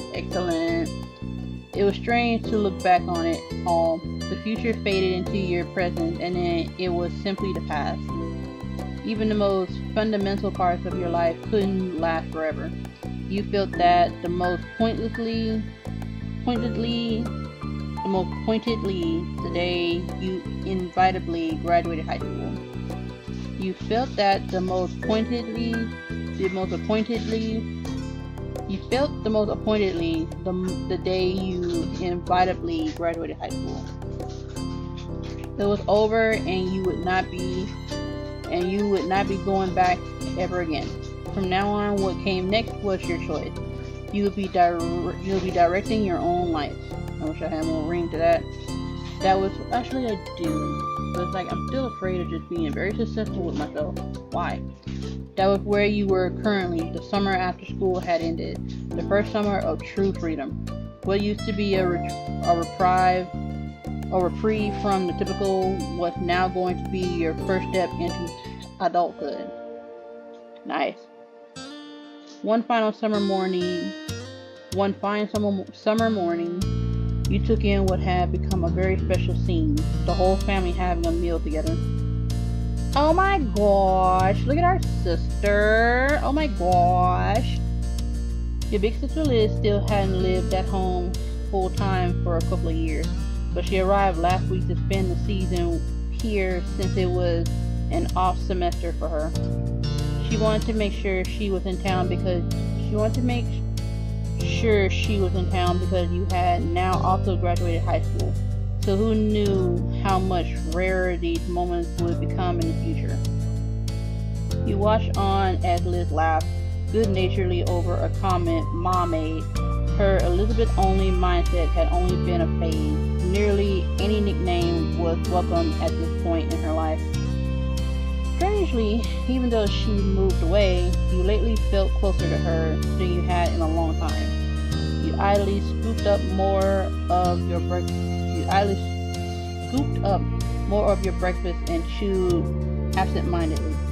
Options. You were a vegetarian, you were a vegan, you were a pescatarian,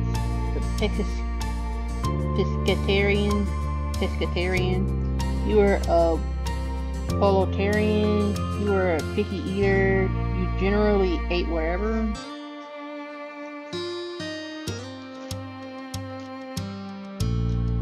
What's that other one? I gotta look these up. I know vegan. I'm not a vegetarian. I gotta look that up. That's new. Pescatarian.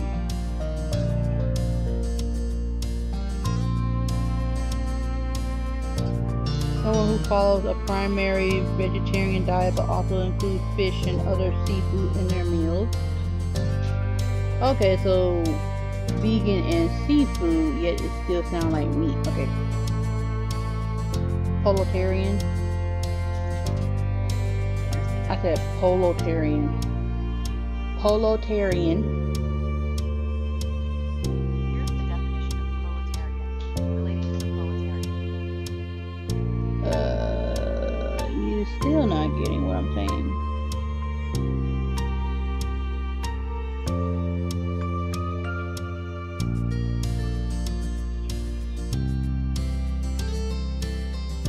Proletarian. There we go. A person who follows a vegetarian diet that includes poultry such as chicken and turkey. They do not consume red meat or pork. This can be true, but I do rarely eat red meat and pork now. So I guess I'm gonna just generally eat whatever. But I do notice I do not eat a lot of pork and red meat. But I'm not alien to eating them again. And the meal you had reflected that. It includes just about everything your moms had made, though you often made your own food nowadays. With Liz around though, your parents made even more options than usual. Your sister has been vegetarian for a while and they wanted to make sure she had choices too. Oh my gosh, look at our mothers. How do you get even more beautiful? We will never know. We will never know. Conversations has gone on idly without you fully taking in the words until your ears were pegged when Mom started on a bit of town gossip. And so that's how I heard the news. Alright, now stop burying the lid or lead and tell us, what is this so-called news?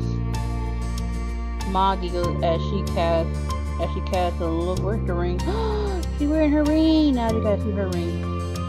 Ma giggled as she cast a look across the table, satisfied that she had everyone's attention. I actually don't really care about the ring, but it's like, now y'all can let people know you're married. Well, it turns out, oh gosh, gossip, I'm drained. Well, it turns out the Donnells won't be renting out the condo up the street as per Sunset Bird tradition for the first time in what must be nearly 2 decades. A chorus of gasp and shock expression were had all around. After that initial shock, her eyebrows pinched. Mom may consider them by name, but you and Liz always viewed them exclusively as the mean old couple who will yell at anyone under 25 who cross their paths. Your mom continued on with the story, spreading strawberry jam over a piece of toast as she did so. They decided to take big trips anywhere. They've decided not to take big trips anywhere. Friends and family will be visiting them at their home. That's nice for them then. Have a good summer, mean grandparents with no grandkids away from us. Oh, they have no grandkids. So they have kids but no grandkids. Interesting. Girl, I'm loving Lizzie already. Option. That's a relief. It's kind of sad they can't travel anymore. I hope they're still okay even if they're mean. My thoughts exactly, Liz. Finally, they can piss off. Wow. you didn't have anything. You didn't have anything to comment on that development. I think neighbors move in, move out, move in, move out more frequently than I can stay for another 10, maybe 20 years with my parents. Someday, y'all. I don't know when I'm gonna get out, but like something gotta happen mentally for me to find something out within myself that I can do to do better about my finances and have my own. Now, I can get help here and there, but now I know what a crush is. Not their fault. It's in their nature to help. Sometimes it's in their nature to just help me learn so they know, but don't want me to pursue. You know? But we'll see. I don't know why I went down that road. I think because I don't care about drama. So basically, they're not going away. So they're gonna stay. Basically, people gotta come see them. But it actually makes sense. Because you're the one doing the traveling. Why is somebody traveling to you? But then it makes sense. You're a meanie here. Probably put on a facade somewhere else. Crazy. So we're just going to say, I hope they're still in good nature. Because this is actually my thought. Now, as I get older. Because I know the bad karma of just wanting somebody to suffer. You know? They've had a very full life. There's nothing to sneeze at. And you be nice, Liz. Liz can be her. You don't want to end up like them, do you? You and your sister crack smiles at the joke. At least they won't be here to yell at my children anymore. Lonnie. And that blunt comment got laughter from all three of you. Engrossed in conversation once more. You continued to chat with your family until the meal was over.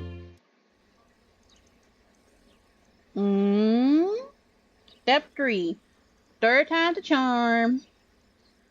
What's up? As it went, once the food was eaten, the cleanup had to be done. Liz took the role of washing the dishes and passed them to you for drying and putting away. I think me and my sibling tried to do that at one point. The situation got so bad after just being with our dad, who did not allow anybody in the house.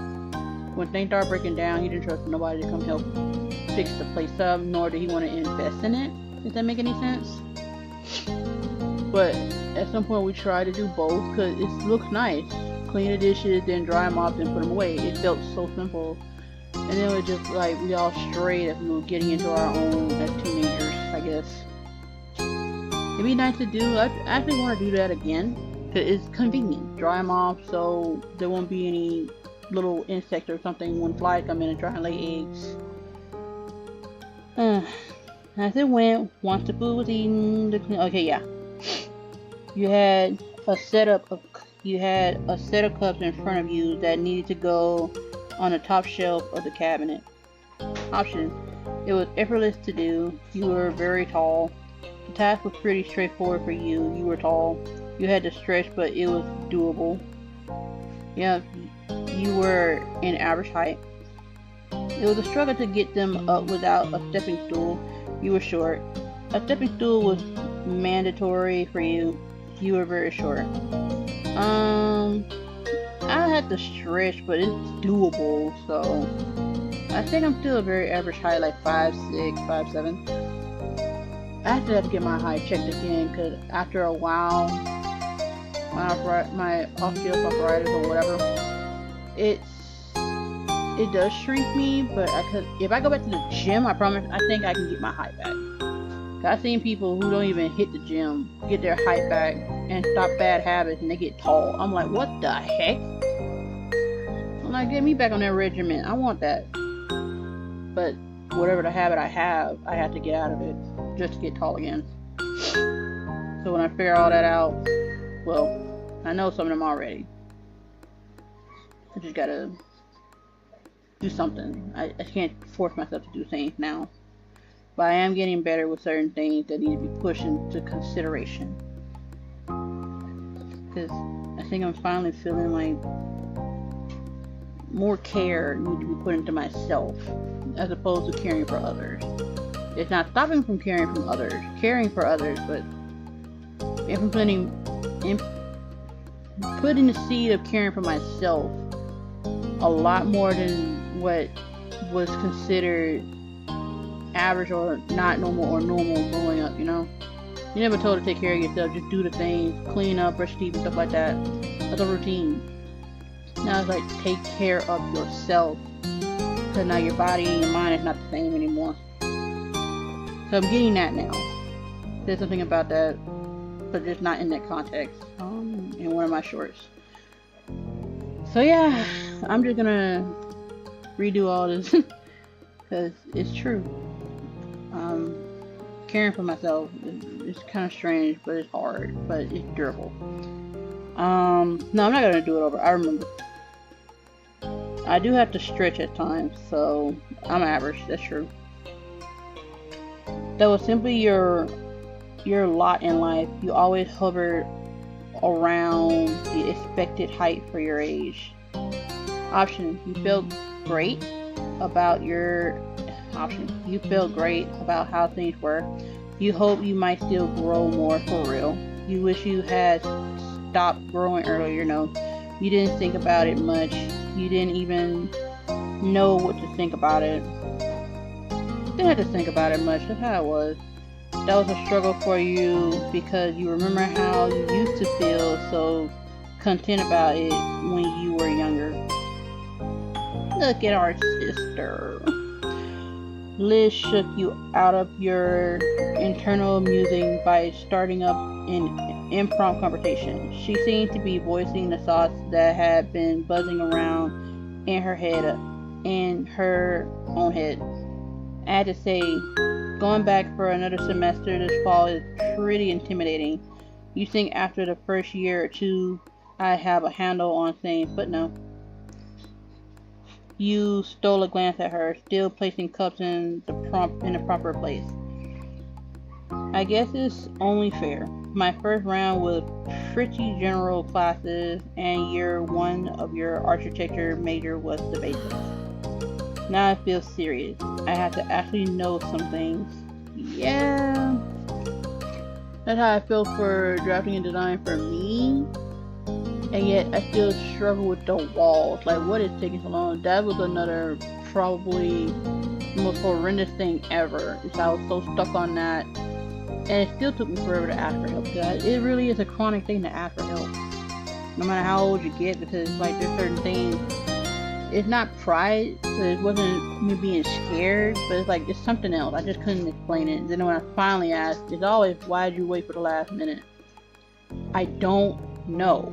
Some of this crap is when I was little, and people didn't want to answer my questions or see that I'm struggling, but they just think, well, they're gonna get it. And then they just watch me struggle for so long. And thinking I'll get it, like, when I don't have enough information, I'm gonna struggle for a while, and that can go for mental things too. But again, I'm getting better. It's just gonna take a little longer now because it's still not over. I still have some trouble, but I'm easing into asking for help and getting help. Took a while, but yeah, that's how it is. She laughed.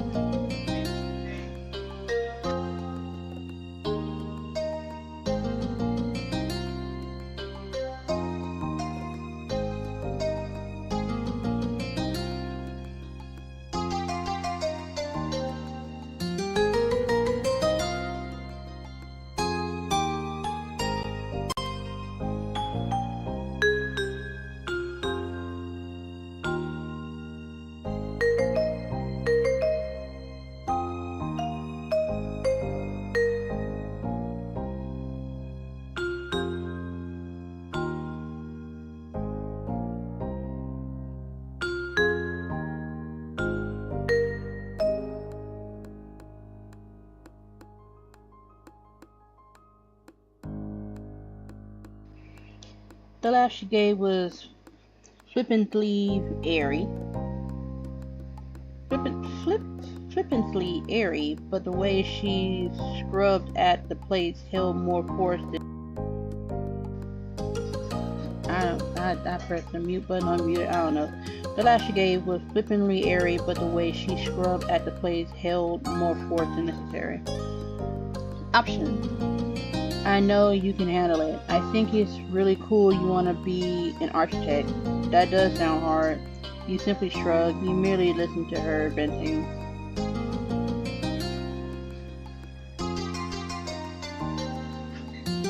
We're gonna be honest, it does sound hard. There were a lot of expectations you had to live up to if you want to succeed. Your older sister's mouth quirked into a small smile. You'll be fine one way or another, true. Oh, but I'm not trying to scare you away from college, if that's even your plan. What is going on with that anyway? Option. You had a solid plan set for a long time. You came to a firm conclusion recently. You had kind of a general idea. You had absolutely no idea. You haven't even let yourself think about it. It was so much. For college, it was never to talk. I'll give you that much. The other knew it evolved around money, but nobody told us. Let's put it like that. So I'm just gonna say I knew what I wanted to do, and I wanted to be an artist. I wanted to be a visual artist, anything to do with art in general. And that's where I am. They don't promote that. You can do it, and you may need money and such for selling them. But like for your passion, not selling it. That's what it felt like. The second job came in when I did a survey in high school. Like you gotta have a second job to even want to do your passion. So if your passion could be both, that'd be cool. Will I get to that point? I don't know. Cause now there's a lot of things I would like to do, and I'm doing one of them right now.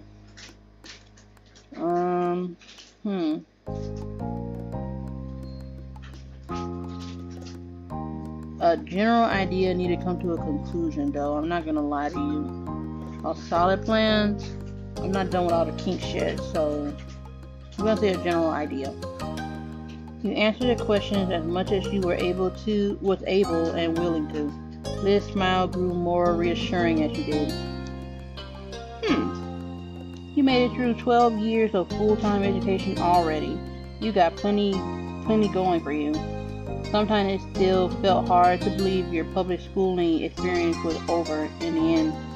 Options: you graduated at the top of your class. Heck no, I did not. I am a standard. You soared through with high marks. No, you had to work extremely hard, but were rewarded with great grades. You have been an average graduate. That's really what I am. You struggled to reach the benchmark, but made it. You didn't try hard, but made it regardless. That's literally what school systems are when you are around areas that don't promote what you're doing. Basically, you better learn how to read and write and do a little bit of math here and there just to get by. Because everybody can't be a scientist, and everybody can't be a doctor, and everybody cannot be a lawyer. That much is true. Because if we did have that many, what was the point of everything else, and why we still got a lot of poverty, and why is everybody still ranking the prices on people who need it the most? But that's just me. I'm an average graduate. And another one, option. And you were going to miss it. And you feel satisfied leaving it off there. And you wish it could have gone better. And you were just glad it was truly behind you. I don't miss high school. I don't miss middle school. I don't miss elementary school. It was mandatory from what I saw. I didn't want to clean up the house every day if I didn't go to school. I just wish my sister had a better option than what I just said. Ain't gonna lie. She went to school and cleaned up and took care of all of us. And it just didn't feel fair as I got older. And yet I still had to break some things in me that was around that mistreated her. We talked about it.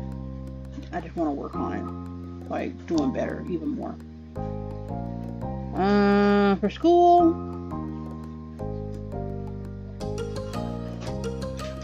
I wouldn't say I was satisfied. It just I melted into it, you know. I don't wish it was any better. I don't miss it. Yeah, I'm just glad it was truly behind it. I don't feel like a lot of yakking about. You passed, it was fine, and now you could do whatever you want with your time. You're right. Just need to do better about my time. I wasted, I ain't gonna lie. Even when in pain, that's not a good excuse to care your leg, to care your arm, to care your mental, to care your eyes. We'll keep going and keep trying. Liz picked up on the silence her question ended up creating. She decided it was time to make a closing statement on the topic. You're a good person, Emma Teresa. I'm not gonna say that because I'm not a girl anymore. I'm a lady. Thank you. Do what's best for you, and we'll be here to back it up. Thanks, Liz. Had that Liz happily passed the final dish your way. She waved a soapy-soaked hand as a farewell and moved on to her next task for the cleanup job. You refocusing on getting the last pieces put back where they belong. You eventually moved on to a new chore, but that was interrupted by the sound of your cell phone. Cell phones! What did I say about cell phones, y'all? Option. It was the phone's default ringing. You had used a silly novelty song as the ringtone. You set one of your most beloved songs as your ringtone. The phone was set as just vibrate. I got both. But this took a while to want to do, because there was ringtones, especially when I was a teenager, that I wanted. But it cost money at the time, I think. I didn't know about the free ones, so you know how that went. I'm gonna say not beloved, but I can say it's better than a hey listen. I gave myself PTSD with that one, cause I left it as a ringtone so I can hear at work, and this is the job I'm at currently. So I wasn't in the groove of just listening for people to call me a lot, because again, I was made. I actually found out I'm an assistant manager, not a manager, and my boss would just continuously call me. You would think it's straight up harassment. It probably was, but I couldn't click it. So it couldn't be made a real case that this is harassment, really. But I took it as, before it was considered as actually harassment. I need to do better about hearing out for people, especially if I'm somewhere else. Stay vigilant of what they were trying to teach me for the job, especially. But like I said before, it takes me a while to just pick up, and unfortunately it took me a year and more, and now I got rid of that hey listen ringtone, because it really did give me PTSD, and I had anxiety so bad. So I'm like, I gotta hear after my boss, I gotta hear after this, gotta hear after that. But this is before I knew she was mistreating me. Way before. Because she would do this even on my off day. And that's when I started having health problems. And that's when I learned I really didn't know I was trying to be a boss pleaser. Even though I wasn't trying to. That wasn't my goal. So I took a step back. I helped ease others who were actually concerned regardless of where they stand with the boss and me. So it helped. It helped my health. God dang it, I ain't mean to feel like this. Not for love, but yeah. You carefully picked it up from the table where you had placed it earlier. The phone was a couple years old at this point. Yeah, my phone is glitching like a mug right now. Haven't been a 16th birthday gift from your parents. They decided which model to get, but you got to pick the color it was. I got options: silver, black, gold, rose gold, red, orange, yellow, green, blue, purple, pink, turquoise. First phone was gray, but they call it silver. It's 16 though. Yeah, 16. Then the rest was black until currently my phone is like a blue. It's like a blue, but turquoise. No, it's not turquoise. It's like some kind of mixture of blue. I don't say rose blue, but they got rose gold, so you know how that is. So it's in between these two. So I'm just gonna say gold for now. I mean blue for now. Option. And it was just a phone. You didn't do anything to decorate it, and it had a special charm attached to it. I would definitely say it's been like this for a while, the first one. Never decorated, still haven't. The screen lit up as you gave the little device a swipe with one finger. You were informed by caller ID and it was Lee. You weren't surprised. Despite having busier and busier lives and not living in the same town, you still had a good relationship with your cousin of the same age. Especially once the miracle of the both of you having your own phones actually happened. She got hers first though. Tapping at the accepted button, you answer her call. A familiar, bubbly voice came through right away. Hi. Oh my gosh, look at our cousin. Hey, I'm Teresa. Hey, ya. I trust I'm not interrupting anything major. Only some cleaning around the house. Oh, then you're welcome for my call. Distraction from that must have been desperately needed. Maybe. Option. Yes, thank you, my dear cousin. Hey, I love doing chores, you joke. I like cleaning, you protested earnestly. It's good to hear from you. Even though she couldn't see it, you shook your head at that. We're gonna say... yeah, first one. My pleasure. She giggled and you could hear the jangling of the jewelry she must be wearing. Nothing amazing is happening for me either. I'm bored and felt like chatting. My morning shift ended, so I'm free for the rest of the day. Woo! That's good. Options. You were off from your part-time job today. You hadn't started working anywhere yet, so you couldn't relate.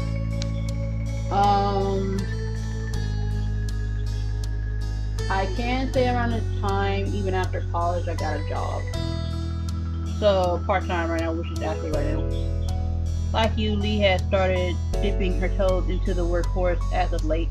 It made keeping in touch frequently even more complicated, but you both manage.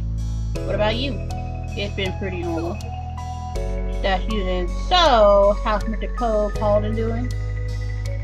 There was a teasing bent to her tone. She was never willing to let up on what was going on between the two of you. But that name was incredibly familiar to your ears. Cole, your next door neighbor for the past decade at this point. Option. The two of you were close. That was all you could think on it. He was your best friend. At least you hadn't admitted you felt more than... You haven't felt more than that just yet. He was an important friend, but you secretly hoped he'd tell you he felt more than that.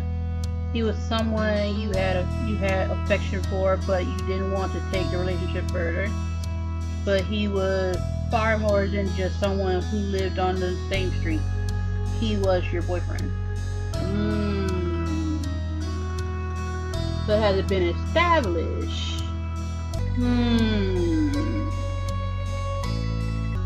Yeah, I'm actually with the second one. He was your best friend.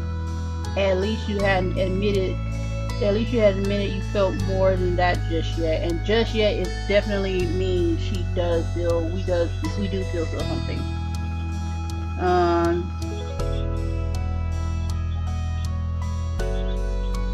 So yeah, it's either we take initiative or he does. At this point, it's okay. Second one. Someday you thought, someday he know exactly how much he really meant to you.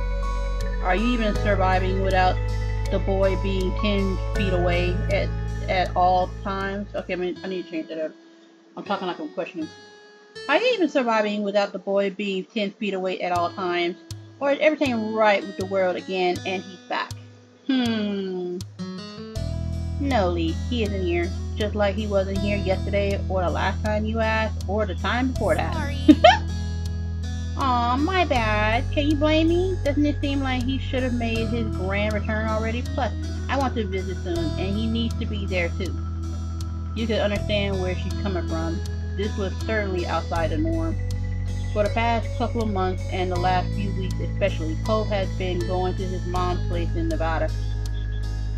The two of you still regularly stayed in contact over text and calls, but still, your mind began to drift back in town. No, your mind began to drift back in time to all the prior trips he'd taken to visit her. Okay, I think that's finish road. Almost every year he'd have to go away for a while, and when he'd come back, what the heck? I'm stuttering. Almost every year he'd have to go away for a while, and then he'd be back. Options. It made you sad and lonely when it happened. You never minded it. It was kind of nice to have breakaways from each other. You weren't a fan, but made do. It was just chirpy. It upset you, your younger self, worried about him leaving for good. Never mind it, because you know where he's going. Even if you didn't know, it's like, you gotta trust that they're gonna come back, or they'll not come back, and they'll let you know, and then you can feel like something's wrong. You have no communication. Options. You send him letters the entire time he was away. Your moms helped you ship out care packages to him and his mom. You gave him special treasures to take with him before he left. You kept an eye on his house for him while he wasn't there. You were incapable of doing anything until he was back. That's dumb at the end, but sometimes that's sad, because that's really some people's mindset.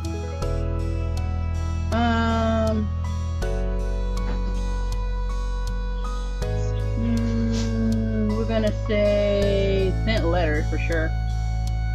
Cole made sure to mail some back to you too.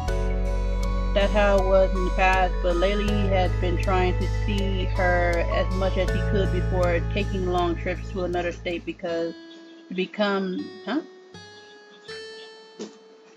That's how it was in the past, but lately he had been trying to see her as much as he could before taking long trips to another state became too impractical to do. His part-time work could become full-time soon, or he could be moving somewhere else for school. Cole hadn't actually been entirely clear what his plans were after graduation. Cole was hesitant to speak on that even with you. It couldn't be avoided forever, so you both knew that.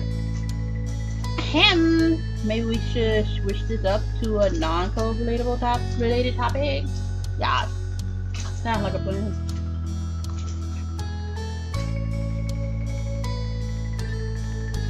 The rest of the conversation rolled on. Not much longer though. Lee had to go, and you needed to finish your responsibilities around the house.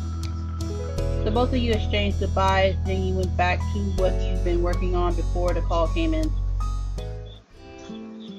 And look at our sister. As you wrapped up the last of your chores, you were approached by Liz wearing a cheeky smile. I got Mom's keys. Want to get out of this tiny town to do some shopping in a real city? That sounds great. Good. I'm driving. No duh. Options. That was obvious. You didn't know how to drive. You were glad for that. You just had a learner permit. That's true. I'm gonna read the rest of the options first. Even though you could drive too, it was her plan. She could do it if she wanted to.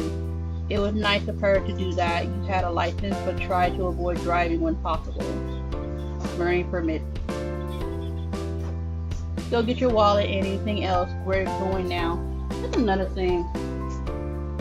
I think my mom tried to say always have your wallet, put up IDs and stuff like that. Growing up, because like years ago, I was like that was not a concern. There was no worry.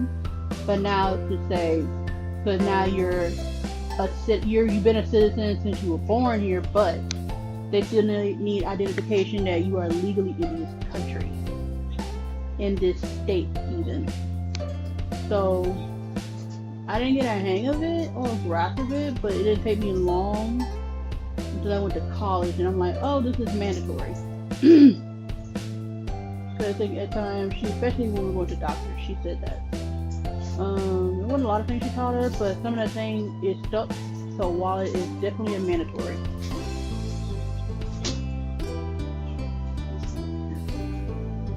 With a nod, you made a quick chore to collect your stuff from your bedroom.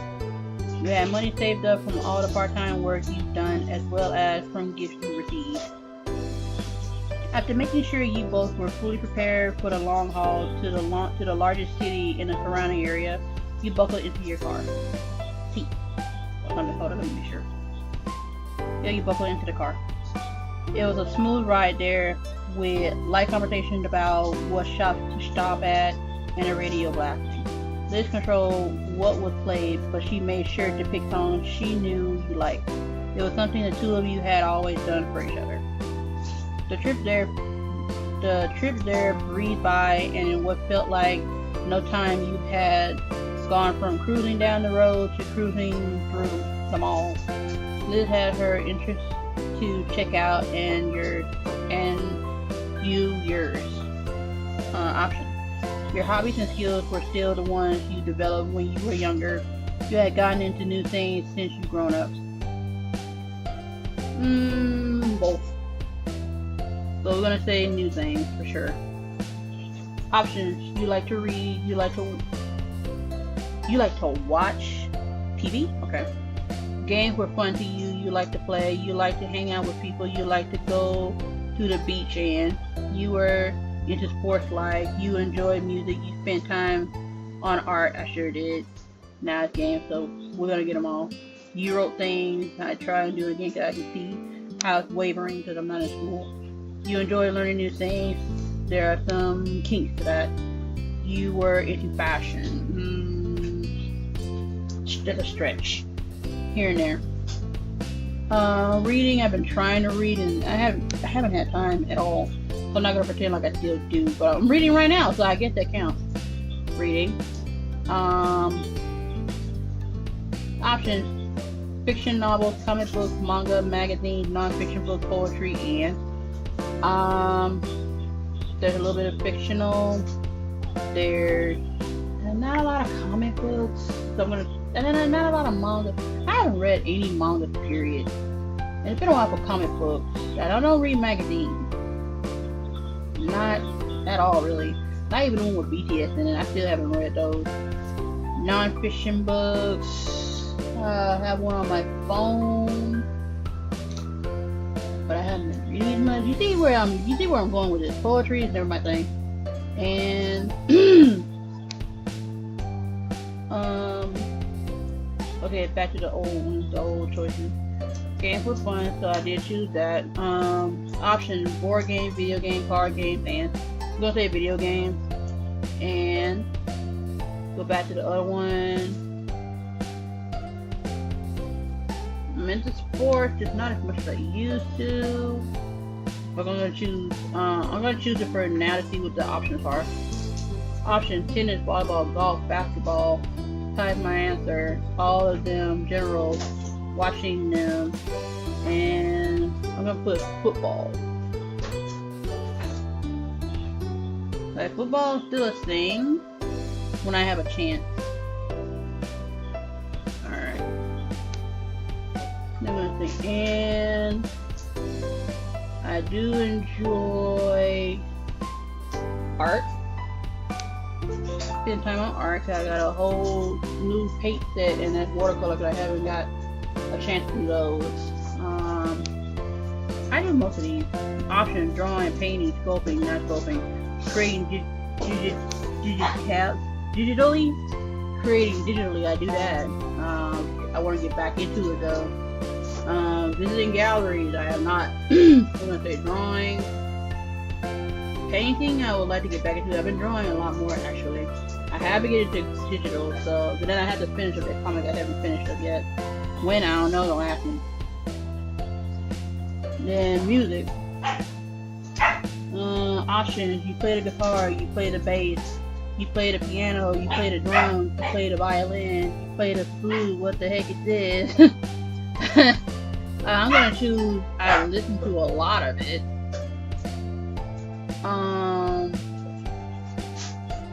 I don't play instruments. That much is true. I like to watch. Option: TV, movies, stand-up comedy, plays, people, and Actually, it's all of these. When I have a chance, TV, movies, yep. Stand-up comedy, yes. Plays, yes. Not people most of the time. That's drama. I don't do that. I think I got everything down pat. Yeah. Enjoying learning these names. What are those? I guess that's it. Yeah, that's it. Got a lot down pat. When turning a corner down a new length of the mall, your eye caught a little gift store. A little gift store. Your friends and family have recently given you many presents for graduating high school. Options: you realized you wanted to get a graduation gift yourself to give to Cole. You had a gift of your own ready to give to Cole when the chance came. You really appreciate what you had gotten. That was a good take a Cole. That's okay. We're gonna say you had a gift of your own ready to give to Cole when the chance comes. Yeah. It was something you had known you wanted to do, and you were looking forward to seeing his reaction. Graduation may have already come and gone, but Cole wasn't really around, so you wanted to wait. Eventually, the mall was explored in full, with every shop. Okay, I need to slow down. Eventually, the mall was explored in full, with every shop of note being checked over. Rather than going home, you decided to walk over to some smaller stores nearby.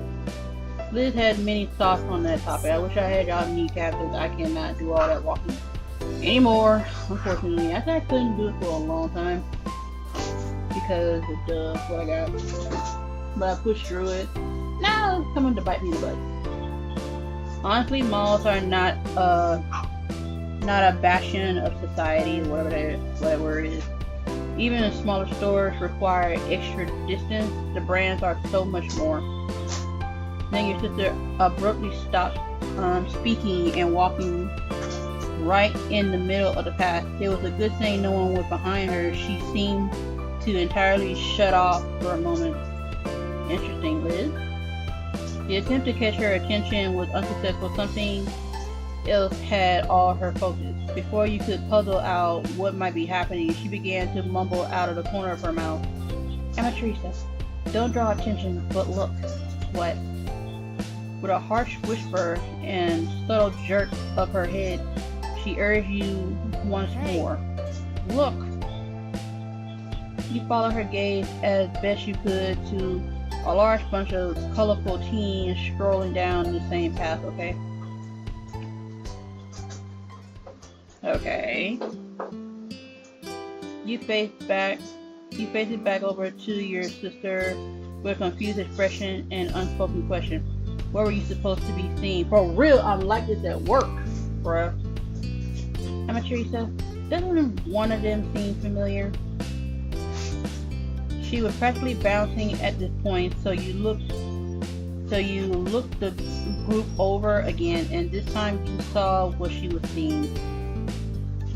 Is that little man? That little man? I forgot his name. Is it Ashton? Is that little Ashton?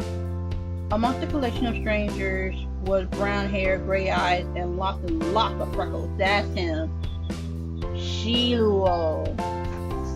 That's Shiloh, our Shiloh from when we were kids. Yep, that was definitely him. Okay. Ashton? Who did I get Ashton? I couldn't remember his name. I didn't go back in my old gameplay to look at his name. Hey! Shut up! Thank you. The mic wasn't even close to my face, so I hope y'all heard me. I can't believe it. He honestly just there. That's hilarious. That's incredible. Oh, but how do we talk to him? How are we to pull him away from all those other people? And what if I'm wrong? Your mouth opened to reply, but she cut it off with her own answer to the question. I've got it. I'll shout the name Shiloh and see and then we can act like it wasn't us. If he responds to that, we'll know without a doubt it's him. Amateur to keep an eye out to see if he looks. That's kind of crazy, but whatever. Options, Liz. Can't you just try talking to him normally? We are not doing that. It's a terrible plan. Why do I have to be the one who watches? Let's try it. Fine. You didn't even know how to react. Yeah, why don't you just talk to him normally? Likely without even hearing what you had to say, Liz put her plan into action. Sheila! She loudly projected the word across the way and then put on an act of casualness, turning her head away from the scene while brushing at the skirt of her dress. In a supremely awkward moment, you could only stand there as attention in the area shifted to the two of you thanks to your sister's shout. Literally.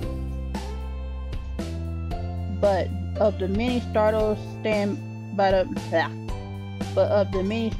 bystanders who became altered to your presence, one of them was the boy. From a distance, his large eyes met yours. He looked. A wide grin took over Liz's face. She pushed the rim of her sun hat up and away from her face while swishing back around to greet her old friend directly. Sheila! Waving, she stepped a bit closer to express her intention to meet without really closing the gap.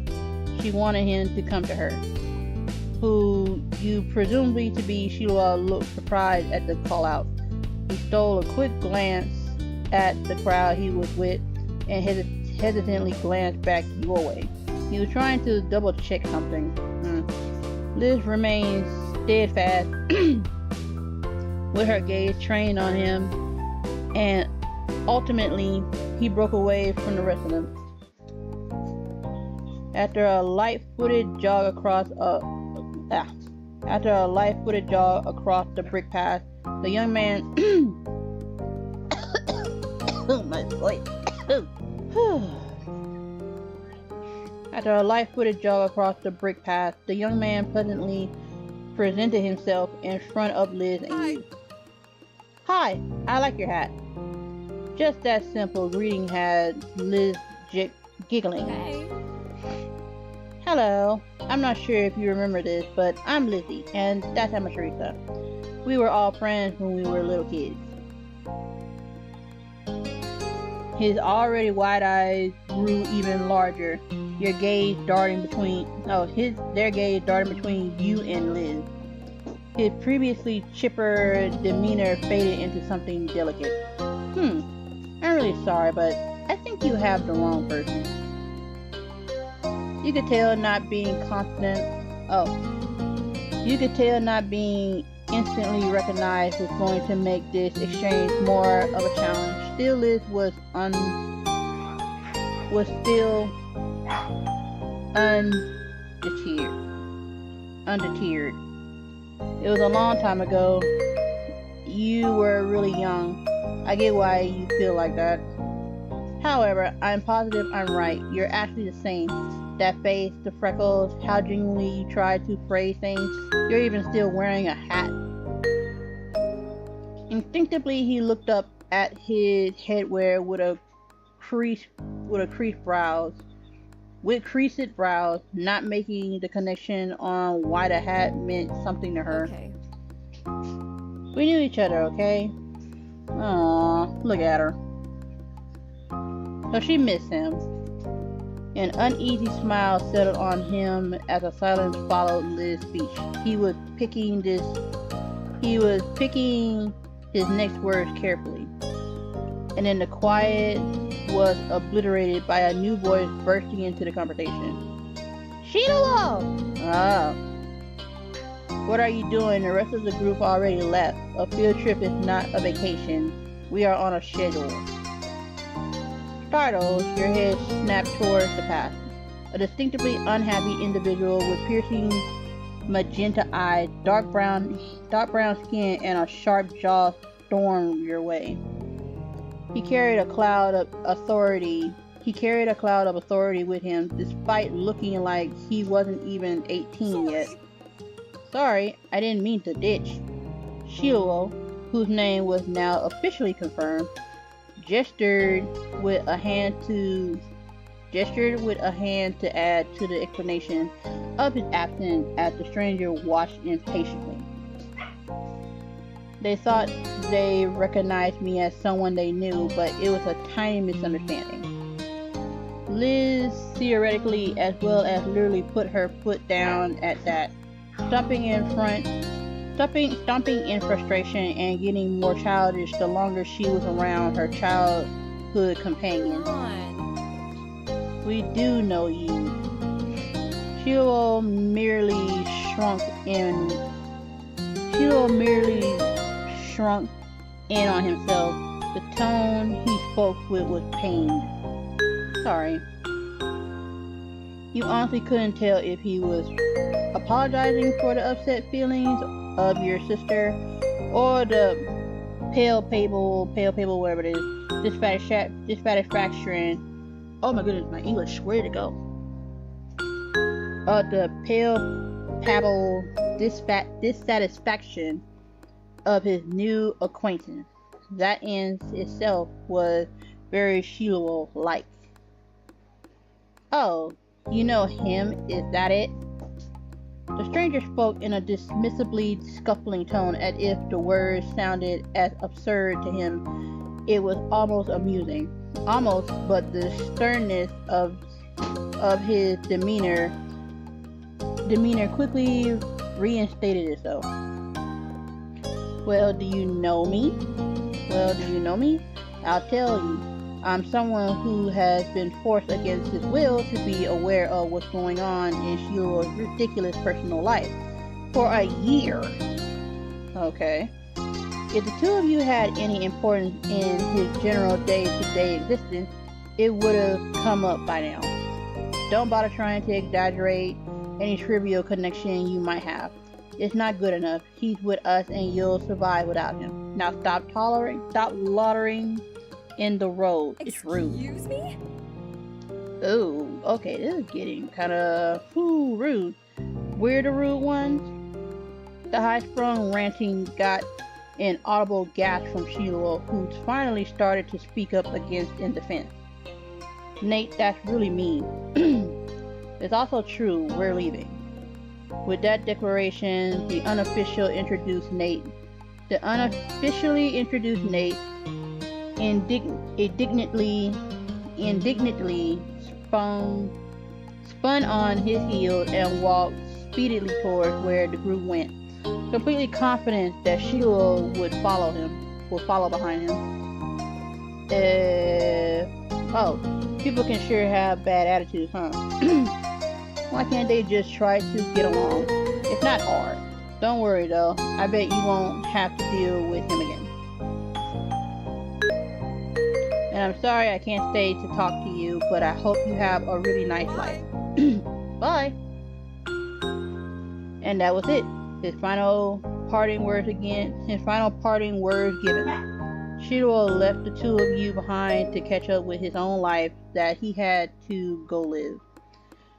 Liz watched his exit stunned, only to frown when it hit her that he was really gone as quickly as he appeared. It happened so fast you hadn't even been able to get a word in. She sighed, all the energy she built up releasing with the breath. I could have told him his last name was Fields. His birthday is October 30th. That would have proved it, but no. Oh, she missed him. Don't we all? Option. I'm sorry, Liz. Wow, Shiloh grew up to be dumb. Dang, girl, no. You were left feeling equally deflated. Whoever Nate is, he sucks. Well, dang. You couldn't help but laugh. Nah, she got a sore spot right now. He sucked. He was so unnecessarily unpleasant when all you wanted was to talk to someone for a moment. You want to go catch up with him? Liz merely shook her head, pushing off childish thoughts. I thought we can leave it there, thanks. He's in the middle of a high school field trip, and it was already enough being able to see him. There's something reassuring about witnessing firsthand that he's still out there, enjoying his own part of the world. Though, if given the chance, I could definitely have a few words with him about the company he's got. Oh, girl, wipe them tears. Oh, those are your actual eyes. Dang, I'm sorry. I forgot your complexion didn't merged. She laughed, but you could tell there wasn't much humor to it. She was mad at that guy, even if she was happy to let Shiloh go. Maybe they're only with each other because of the trip, and it's not usually how things are. True. We can only hope the same for him as he did for us. Have a good life, Shiloh. Option. Have a great life. Bye, Shiloh. We'll miss you. Good luck out there. You'll need it. You didn't have anything left to say. Yeah, they'll miss him. Liz smiled at you. It had the self-confidence you knew so well from her. Come on, little baby sister. Let's finish our own trip. Yeah. Dominic. No matter how either of you really felt about the occurrence, it was something you simply had to accept. People you know just disappear and reappear in the most unexpected ways. The two of you enjoyed what remained of your outing until it was time to return home. By the time you arrived back, the sun was already beginning to set. You arched your back as you stretched your arms towards the ceiling.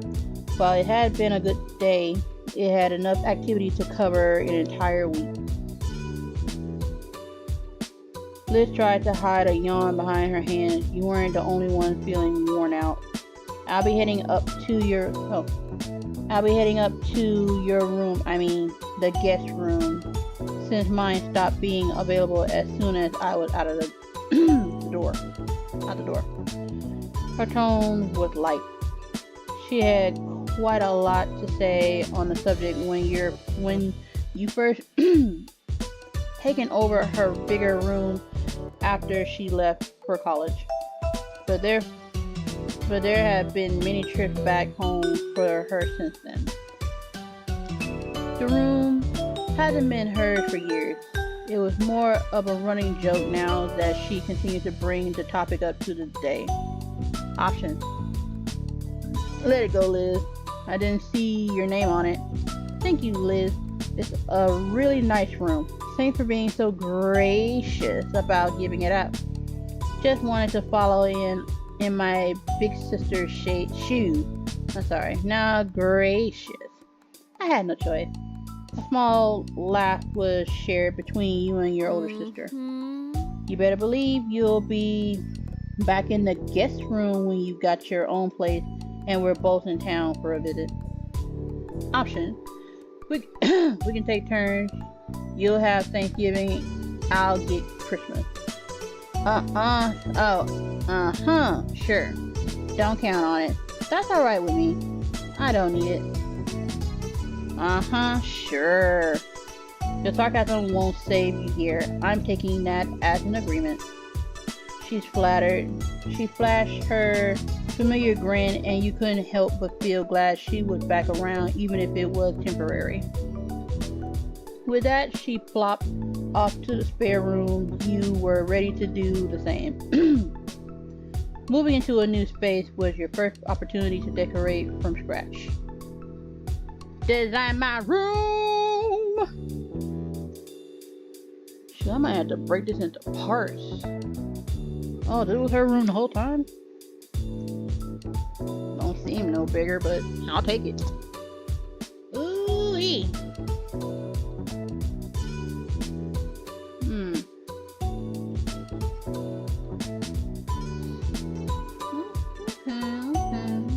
Ooh. This is green. Ugh. What's the actual different? That's turquoise then. Ooh, but you got a computer though? Got a laptop right here for yellow though. And a mirror. Yeah, light blue is pretty simple, but now you know I need like a desk or computer or something. Ooh, but green looking pretty good though. I'm gonna stick with green. Window. Oh, what's the extra? Oh, there's no extra. God darn it. Anyway, window.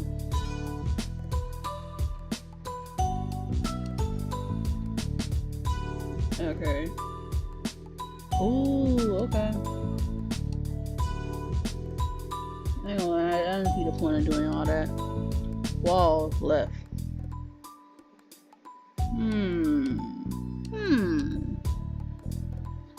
I can only get 3. Okay. Oh no, it's left, back, right, and then there's lights.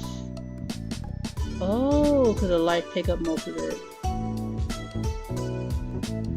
I was never a big LED light person. I tried it for a bit, and I realized I don't have my own room to do all that.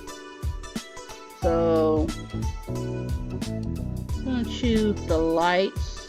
The lights, and oh, I can do that. I mean, I'm just not exploring.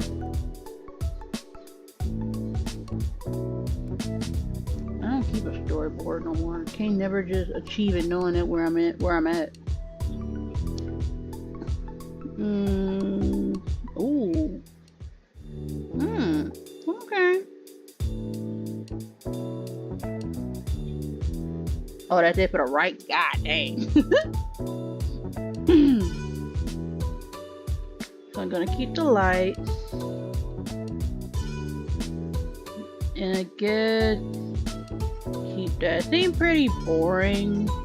But I think that's why the backs are here. To give it that flair. I don't need that many picture frames anyway. So we're gonna get, maybe try and keep a storyboard and the lights. So it looks decent. It looks decent. That's it. Alright. I guess that's all. That's all, folks. Keep the left out, cause I don't need a ball. I do have a guitar, and I do have a whatever. I have something like that, just smaller.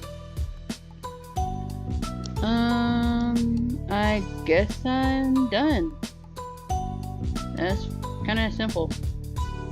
You are ready. You are really satisfied with the feel of your tiny part of the world. As your thoughts drifted, you tried to bite down another yawn. Can't do that. My jaw hurts. It was no good. Your bed was now lodged in your mind, and all you could think about was collapsing on it. You trudged up the stairs to your room. Nice. Now why the lights ain't on? What is this? Stepping inside, you closed the door behind you, blocking the rest of the house. Blocking the rest of the house. When you turn back around, you realize you are not alone there. Comfortably perched on the window sill was someone very familiar to you. Really now? When did you get in here? Cole Halden. Looking like a real anime character. What is this? What is this? I mean, I ain't mad at it, but still, what is this? Okay, option. That's kind of funny. Option. The shock knocked all words out of you. Huh? How are you here? Eh? I would have been funny to say, hey? And say, why? How did you get here? Yeah, I'm gonna say, huh? Surprise? His tone was easy and relaxed. It certainly was a surprise. You hadn't expected him to be within the state, never mind your own house. He hadn't answered how he had suddenly just appeared back in Sunset Bird, though to be fair, you had been so astounded there hadn't been much of an opportunity for him to chat with you. Thankfully, Cole was only waiting for a good moment to start and began to explain. I got in about 15 minutes ago. No one was home, so I figured I'd come in the usual way. So breaking and entering, what a cute way to go. The window. A small smile had formed on his face. You were still staring at him, unable to speak, unable to blink in case he disappeared. You could still barely believe that he was really there, mere feet away from you. I left my bags in your backyard. I hope that's alright. That was when you truly understood Cole had come straight to you upon getting back to town. You were his first port of call, taking precedence above all else. However you say that word properly. Look at him, smug. Even though you hadn't been in when he called, Cove had ensured that he see you at the earliest opportunity rather than allowing his plans to change. Options, you laughed. The realization made you bashful. You shook your head at his antics. You stayed frozen, the shock yet to melt away. You walked over to join him. You ran to Cove. Tripping over and falling is not it. Let's see. I'm gonna say we walked over to him. He was here, and it was exactly where you wanted to be. Exactly where you want him to be.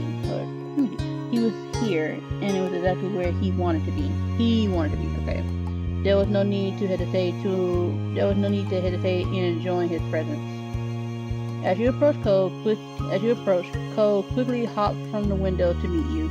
Window seal to meet you. Option. You're too crazy. I'm so glad you're here. I miss you. Trouble's back in town. I can't believe my eyes. It's the most amazing man in the world. You didn't need to say anything. Okay. I can't believe my eyes. It's the most amazing man in the world. Option. You ruffled his hair. You jokingly punched him in the arm. You wrapped him in a gentle embrace. You pulled him into a bone-crushing hug. You jumped into his arms. You smiled at him. Let's just... Cause this actually happens. I'm not gonna lie. If I'm really excited, my true strength would just come back and it's just full of joy. And people would say it really is like a bear hug. Even burly people who are 2 times my size say this. And I crack their back unintentionally for good reason. Cole squeezed as you crushed the air. Cole squeaked as you crushed the air from his lungs. He awkwardly managed to wrap his own arms around your back in return. He moved to wrap his arms around your shoulders and he tucked his head into your neck. His breath was warm against your skin. The whole world is a little much, amateur. His voice was light, modestly batting away your compliment. It only served to score how much he deserved it. I don't think it is. I miss you. Oh, look at you. See, that's what I said about the glasses. The glasses look absolutely stunning. I would like to have glasses like that. Even if he hadn't said it outright, you would have gotten the message from his body language. Cole was grinning widely. His raised cheeks burying his eyes. His raised cheeks burying his eyes was gleamed like hidden gems. But he looked at you as if you were the most exciting treasure of all. How was the trip? Yeah. Cole told you about how his trip back had gone. His mom was doing really well. She had a project in the works that she was thrilled about. As a result, Cole was going to be sticking around in Sunset Bird for the time being. Things were settled as much as they could be. With Cole back once more, you felt at ease. Cole stretched his arms out over his head, his eyes on the window and the world beyond. The sun has set while you've been busy reuniting. Well, I should probably get my stuff and see Dad. Yeah. He glanced over to you with a familiar, unexpected look. Or an expected look? Hold up. With an expectant look. Wanna come with me? Of course. Option. You know I do. No, but I'll walk you downstairs. Sure, I can go over for a little while. Sure. cool. Cole began to head to your bedroom door. Options. You followed after him. You insist on piggyback riding. Piggyback riding. Option. It was a special occasion. It was just the normal things in your relationship. Consider normal. Yeah. Cole. He paused, turning to face you. I'm not planning on walking there. So you suggest, but that is not how she's going out. Alright.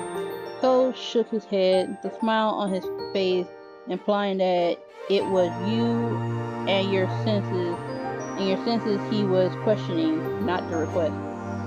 He come to expect the latter, even if he didn't get why it held such appeal for you. Alright. Okay. He crouched low enough for you to hop on his back. Cole was so tall that getting on his back for rides had taken some trial and error over the years, with a few mishaps and bumps along the way. Eventually he figured out exactly how far he needed to bend down. This understanding and your extensive practice made it easy for you to climb aboard the Cole Express now. Cole straightened up with poise, accustomed to balancing someone over his shoulders. Cole carried you down the stairs. You had to duck down a couple of times. The ceiling grazed against your elevated head. Still, you safely reached the ground floor of your house. The door is gonna be in the way. Get off here so I can open it up. He bent down to let you slide safely off his back. Seeing things from your usual height was disorientating after getting accustomed to looking down at everything. In all excitement of Cole's return, you hadn't even remembered the gift you prepared for him. He got back. You prepared for when he got back. It would be best to give it to him now before he left your house. Can you wait here for a little while? I got something for you. Cole's eyes widened as he tried to conceal a smile. He toyed with the collar on his top. Really? I mean, you didn't have to do that. You nodded with some eagerness, trying to imagine how he'd react when he actually saw it. Options. You bought Cole something special. The gift you chosen hadn't been something you could buy. At some point, like, we got so creative, we're making things. But if they happen to lose it, it was just a gift and the thought that counts. You don't want to walk around in like a wedding ring and you so attached to this person that when they pass, okay, that's one thing. Then you lose your wedding ring, you have a full-on attack. That's a reference from a show right now. I don't know if somebody got it, but it happened in the show. And I'm like, ooh, that's a serious thing. So it gives you something you can't buy. Technically a wedding ring you can't, but right now you can't buy. It was option. The orange shell he'd been entranced with since you were kids. A white poppy from the hill behind your house. Something you made yourself. The $20 bill. Get out of here. He rushed upstairs to collect the gift you made for him. It was the end product of hours of labor, including thinking about Cole, what he meant to you, and what would bring him the most joy. Option: a scrapbook you put together, a song you recorded, a drawing you created, a painting you created, a decorative sculpture you created.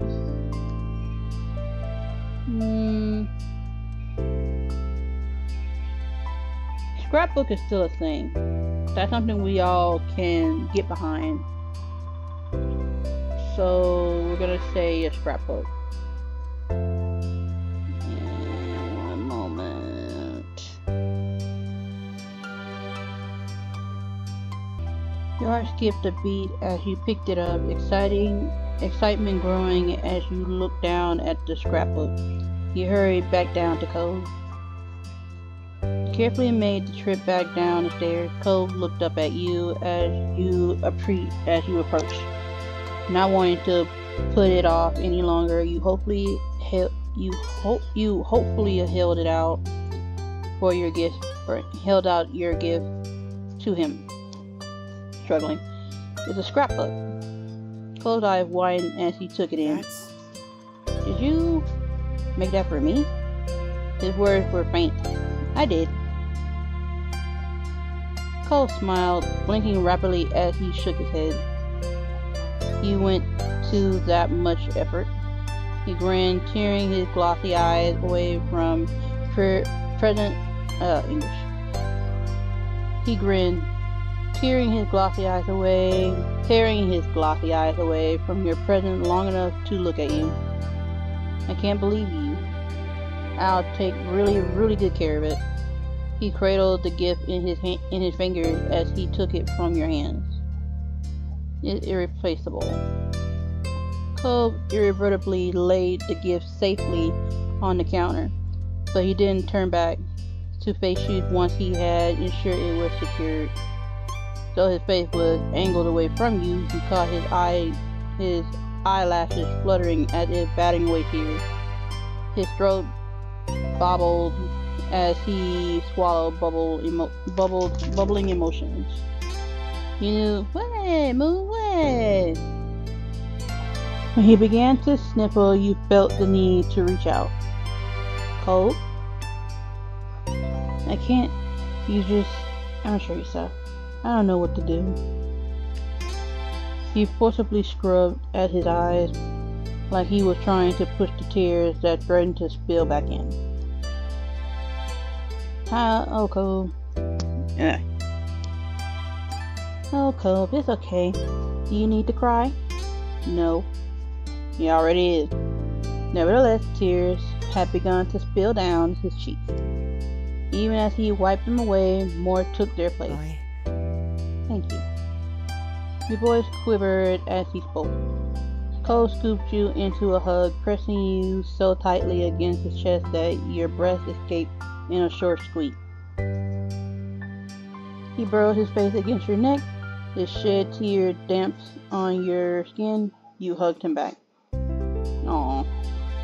Austin, you're welcome. Don't worry about it. You're such a crybaby. You didn't need words as you quietly accepted his appreciation. You're welcome. Cole let out a steady breath. It was far removed from the shaky gasp that had accompanied his sniffles. The tears had dried. His eyes were a little red, but open and at peace once again. He smiled, fully recovered from the emotion that had overcome him. You're really seriously too nice to me. He smiled back. I don't think there's such a thing as too nice when it comes to you. Cole brushed his hands against the pale ghost of a scar on his arm. He was at loss for what to do now. The clock ticked away, counting the seconds of silence. Once you had a chance to settle your thoughts, you figured you'd tell Cole the intriguing news. I meant to tell you earlier, I saw Shiloh today. Shiloh? Cole repeated the name, his expression blank. From when we were kids. Cole pondered for a moment, then snapped his fingers. Oh, he was the freckle boy that first summer, right?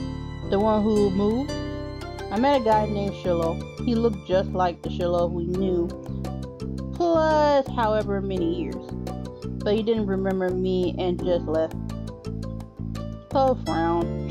The boy sounded like he don't care. That's, I don't know. Too bad I missed it, though you knew him better than I did. That was definitely true. Not only had Cole known Shiloh for a shorter period of time, but he and Shiloh had never quite gotten along, I can tell. Not that they were enemies either, just kids who were only ever together because of other people they both knew. I wonder what Shiloh's up to these days. I have no idea. He didn't say much. Oh well. That was everything you had on that news item, so you moved on to the next big update. Also, you know the mean old neighbors? The ones who would always yell at us? Ooh, that face scowled. He cringed, recalling those particular memories of back in the day was not pleasant even for someone as nostalgic as him. Yeah, they're not coming. They didn't rent the condo this summer.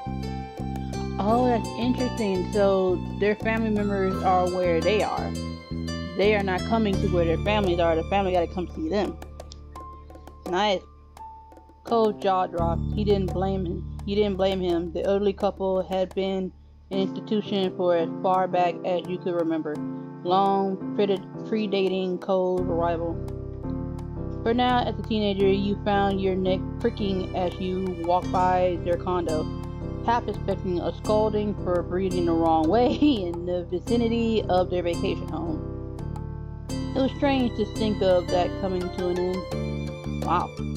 Cole blinked, clearly struggling with the idea in the same way you had. I didn't see that coming. People being gone, people coming back. It feels like we missed a lot. This has been a busy summer already. Well, you haven't missed the fireflies. They haven't shown up yet. Well, that's something, and we better not get left behind. There's still stuff to do. He nodded. As soon as you left your house, Cole bent down to let you climb back onto his back for the last part of the journey. It seemed that no sooner had the night begun than it was already at an end, and the dawn of a new day was soon upon you. The next morning, your belly was full of breakfast and you were in a pleasant mood. You hoped the rest of the day followed suit. Later, you were meeting up with your friends, Cole, Miranda, and Terry, to go into town. It was all on short notice, but that was because everyone was just so excited that Cole was finally back home. What's up, Mom? Having a nice daydream? You blinked, pushing all your thoughts away and returned to reality. Your mom was watching you with a teasing smile. So, what's on the agenda today? I'm meeting up with some people. Well, I hope you and your friends have fun. Don't get into too much trouble. She winked at you. You knew both of your moms wanted you to enjoy every bit of this summer before all the big changes started. I'll try. So before you go gallivanting around the town, galloping? I prefer that better. The gallivanting around the town. Could you bring the mail in? I'm finishing up putting the dishes away over here. Alright. Thanks very much. Thank you kindly.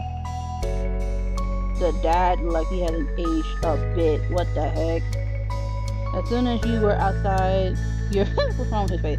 As soon as you were outside your front door, you couldn't help but see Cole and his dad standing around in the road. They noticed you too. Hey there, Emma Teresa. Cole smiled lightly and waved. When you began making your way over, he added, Hi. Option. You waved at him, you hugged him, you gave him a high five, you gave him a noogie, you ruffled the hair. Your action was a quick and thoroughly messed up his hair. Your action was quick and thoroughly messed up his hair. The face was red while he pushed and started smoothing his hair back into place. You noticed Mr. Holden was taking in the scene of you and Cole with a self-satisfied smile. Cole followed your line of sight and shot his dad an unimpressed look. For a moment, Mr. Holden seemed like he had a thought of dancing on the tip of his tongue, but he decided to keep it to himself. What are you up to today? As far as I know, nothing too much. Me and Cole are meeting some friends in town later. Sounds like a plan to me. Yawning, Mr. Holden stretched his arms over his head. My boy and I have just been waiting around to see what the new neighbors are like. New neighbors? Ooh. It was definitely his idea. I don't know how you're not interested in this. It's big news. Besides, it'd only be polite to greet the new folks in town. Interesting. Options. Maybe it'll be a single dad and his son. You've been here too long if seeing a new person rent a condo is what you consider an exciting development. Yes, I'm dying to see the newcomers. Your response was just a shrug. I don't want to meet them. Well, anyone has to be better than the last tenants. Maybe it'll be a single dad and his son. Look at that face. I just had to do it. Look at them. Unimpressed. Cole snorted some airy laughter at the suggestion. You think we'll have some competition? Wow. For several moments, Mr. Holden was unable to answer. He was still chuckling when he put his hands on his hips and tried to compose himself. Look at that face. Absolutely not. We're the #1 dad and son duo in the town, and no one's changing that. Mr. Holden took one more glance at the currently vacant building and sighed dramatically. When he turned back to you and Cole, his whole body seemed deflated. There's no sign of them, and I still need to head over to work soon. Cole gave his dad a few reassuring pats on his back. Okay, I promise to keep an eye out. I can text you if anything happens. Really? Of course. Yeah, of course. Well, I mean, only until I have to meet up with Terry and Miranda. Would that still work? With a wide grin breaking out on his face, Mr. Holden looked absolutely thrilled to have his nosiness enabled. Seriously. That works. He moved to firmly place both hands over Cole's shoulders, fixing his child with a firm stare. Son, you are my true ally in this world. Mr. Holden stood up straight, letting Cole go. He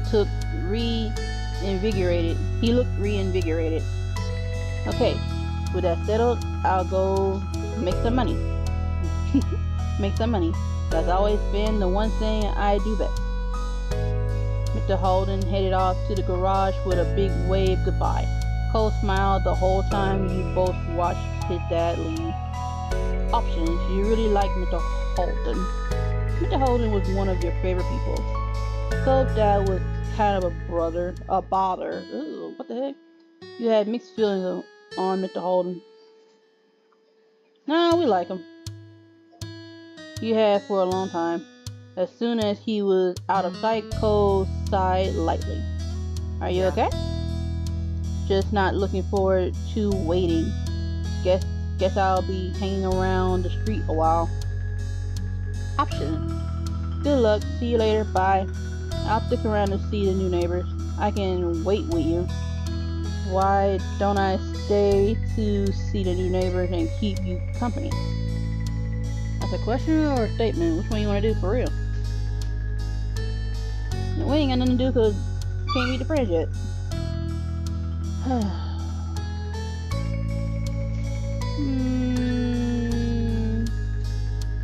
I can wait with you. You wouldn't abandon Cole here to wither on the road out of boredom. Really? Of course, I like keeping you company, remember? He stared at you a moment, smiling softly and thinking about his response. I like that too. I said the same thing, he did. Cole put his hands on your shoulders, gripping you solidly, but not enough to hurt. His eyes fixed on you just as firmly. He was serious. Amateurista, you're my true ally in this world. Oh my gosh. My gosh. I got a fair amount of chuckles from you. He grins, the stoicism faded into amusement. What is that, please? I knew you'd stay for me. Ain't it funny if she didn't? Anyway, option. You're lucky to have me. Yep, you're lucky to have me. It's no problem. I can't help myself. You laughed, you shook your head, you simply shrugged. You're lucky to have me. Teasingly, Cole raised an eyebrow. You're the most lucky guy in it all, sunbird. Sunbird. That would have sounded great. You're the most lucky guy in all of Sunset Bird. Luckiest. For a moment, you weren't sure if Cole was laughing at your declaration or that you momentarily forgot the word luckiest. Either way, you didn't. He didn't mind. Either way, you didn't mind. The smile on his face reached his eyes, and it made you feel electric. And then he let go of you. He still had his hand on her shoulder. Wow. Cole stepped over to his front porch steps, lazily taking a seat and leaning back on his arms. Our watch begins. Nodding in agreement, you joined Cole on the front porch steps. You both sat there in a comfortable familiarity as you settled in for the waiting game on the new tenants. The neighborhood was quiet, and you sighed contentedly, closing your eyes and feeling the light breeze. The only sound you could hear was the familiar jingle of Cole's wind chime. After all these years, it was still there, adorning the entrance outcropping of his house. Eventually, you both perked up at the sound of a car. A taxi followed the noise, turning into your street. Cole's eyebrows raised at the sight, and he sat up straight on the stop. Oh? On the stop or the stomp? On the stoop. Oh? This has to be them, right? Yeah, it's gotta be. Now that they were here, you couldn't help but feel just a bit curious. You wonder what kind of person would be living in the neighborhood for the summer. The taxi pulled to a stop as you expected in front of the now empty condo. It was on the same side of the street as your house, a few buildings further up. Without getting to his feet, Cole tried leaning in, tilting his head to get a view of the passenger door as it opened. The single occupant exited the cab. Huh? You could feel that Cole was in that moment. After the last renters, this new visitor was definitely not exactly what he was expecting. Oh, jeez. This guy. I don't know him, but I remember seeing when I was looking at their page, the character that's going to be in there. I'm like, oh, okay. This little anime-inspired boy. Alright. I'm like, alright. See what we can get into. So now the question is, will he be living by himself? Or does he have family with him? We shall see. The young man had to be close to your own age. He was dressed fully in an electric black, white, and gray outfit. Even his side-swooping hair matched the sheen, whatever it is. The only other pop of culture. The only other pop of color was something that couldn't easily be fashioned into submission. A pair of dark brown eyes which you caught when he looked over at his audience. Hello, folks. Who might you be? We're the neighbors. The smile already prominent on his face curled further. It was cocky, but you didn't get the impression it meant something adverse. I know you didn't. Hallelujah. Whoop! You and Cole shared a familiar look with one another, bewildered even further. The color-coordinated man left it there. However, and with a firm click, he shut the door of his ride. Then he turned his back to you to retrieve a large, surprisingly black suitcase out of the trunk.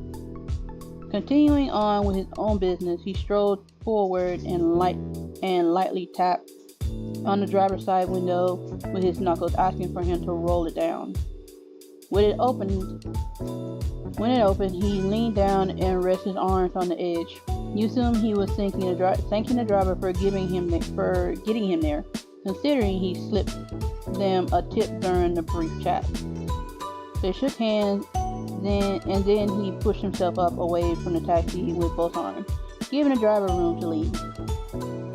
The taxi pulled away, rolling carefully down the road and out of sight, around a corner. The new renter had officially arrived. Ugh, schmug. He left his suitcase on the ground, out of the way of the street, and sauntered over your way with the confidence of someone who has been invited to join. Wow, you're short. Cole finally stood up to greet this person. You follow suit. I'm Baxter Ward. It's excellent to meet you neighbors. You were standing on the side he was approaching from. Then Baxter got close enough, he offered his hand to you first. Option, you shook it. You offer to low-five him. You held your arms open to offer a hug instead. No, you kept your distance. We're gonna just shake his hand. Baxter gripped your hand firmly to give it a satisfying shake. Hi Baxter, I am Teresa. Hey, I'm Teresa. I am quite keen on getting to know you better this summer. We could be good friends. From your other side, Cole made a sudden sputtering noise. And you are? He lifted his hand out to Cole next. Cole instead crossed his arms to express his rejection of that idea, still eyeing Baxter carefully. I'm Cole. Baxter's whole demeanor lit up for unknown reason. His eyes shone as he studied Cole a moment. What is this stare down? What is this? Now wait, is that a nickname or your real name? It's just my name. Cole spoke mildly, having given that explanation many times in the past, but it clearly charmed Baxter all the same. He tossed his head to one side with a laugh. Your parents knew exactly what they were doing. I can't imagine a more fitting name for the face when seeing Cole. That's gorgeous. Huh? Okay, I need to reread that. I can't imagine a more fitting name for the face I'm seeing. Cole. That's gorgeous. What? It's really not. Alright. We're getting off on a good start. Anyway. Options. No, I agree. It suits you. Hey, only I get to fluster him. Really? He's flustered? Couldn't tell. That's a lot considering you're talking to a stranger, Baxter. You didn't know what to say. I'm sorry. I'm sorry. I wasn't intended to mean more than I did. I like your name, but you don't have to mind that. Cole gave a slight nod in recognition of Baxter's words. Patently against stepping on anyone's toes. He chuckled to himself. It seemed like there was some extra meaning behind there in his words. And you noticed that Cole raised an eyebrow, picking up on that too. Baxter didn't even open his eyes to see your faces to know he had some filling to do. He stood up straighter, striking a slight pose with the position of his feet. I'm a ballroom dancer, hence the phrasing. Oh, I don't know much about dancing, but that's pretty cool. It's not hard once you get the basics down. Cole didn't look convinced at all. Baxter took that as a cue to keep talking. He grinned in a way that was rapidly becoming familiar to you. If either of you are ever looking for a partner, I'm available. I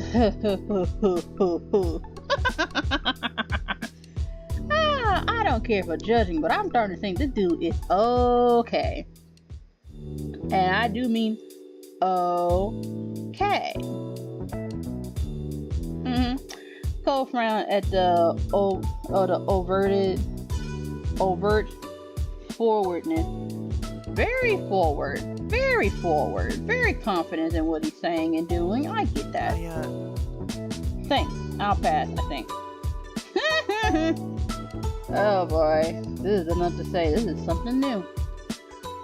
Options. I'll take you up on that after sometime. I'll take you on that offer sometime. I'd rather not. I could probably show you some moves. I didn't answer the question. I read the situation. As long as it's dancing, I don't really care. I don't know how to dance anyway. Sometime. I look forward to it. Look forward to that then. After that, there was a lull in conversation, and Cove attempted to fill it. What made you decide on Sunset Bird? Yes. Well, my parents rented a condo, so I had a place to stay while I'm off for a semester for college, and I'm not living in the dorms. There was a playful glint in Baxter's eyes as he continued. Ideally, they wanted to send me somewhere that wasn't too exciting, but luckily for me, they picked the wrong street, considering the two of you live here. Cole was practically reeling over how Baxter found a way to fit comments like that into every single topic thus far. So he's very confident in what he's saying. He likes what he sees. Why do you keep doing that? You don't know us, but you talk like you already do. Cole spoke firm. Cole spoke firm yet genuinely confused, and Baxter smiled cautiously. I don't feel the need to keep words of praise to myself, and when I say something, I mean it. Plus, what's the point of spending my off semester alone? The best part of being somewhere new is getting to interact with new people. I am honestly the first person who's acknowledged you're attractive and intriguing people. You're attractive and intriguing people. True, you're hidden away in a tiny tourist trap, but still. Wow. Baxter crossed his arm. After studying your faces a few more seconds, he decided to continue. Am I only trying to score a hookup or get a romantic fling started by saying those things? No. That isn't the point of speaking well of others. I was raised better than that. You're pretty cool. Thus, but he does know. He is very aware. I'll give him that. He's very, very aware of that culture. Though, would I be fussed if that's what my words led to? Also no. I am flexible, not a surprise. I can back off with the lines if you don't like. What is this? I can back off with the lines if you don't like the attention, but I would like to be friends if you can. Cole wasn't sure how to respond. He glanced at you and he continued to look at your face when he spoke. Thanks for answering. I'm not interested in any of that with you. Maybe not the friend thing, but the other part.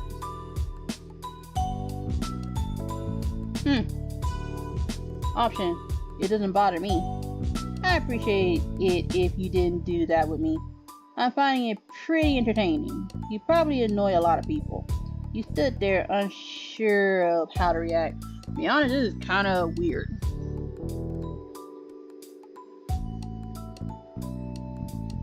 So basically, if it sounds like you're flirting, don't do that, especially if you're trying to make friends. So you want a platonic friendship, but you don't want to do none of the things that I guess. I don't freaking know this culture. Yeah, it's kind of true. It doesn't bother me. Glad we're working things out. Shifting his weight to his other foot, Baxter tried to move forward. So since you were both already out here, did my arrival interrupt anything? Definitely look at that. I remember that. Oh boy, definitely not. Option. You smiled and slightly agreed.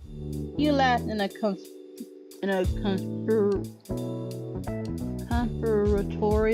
conspiratorial way. You looked away nervously.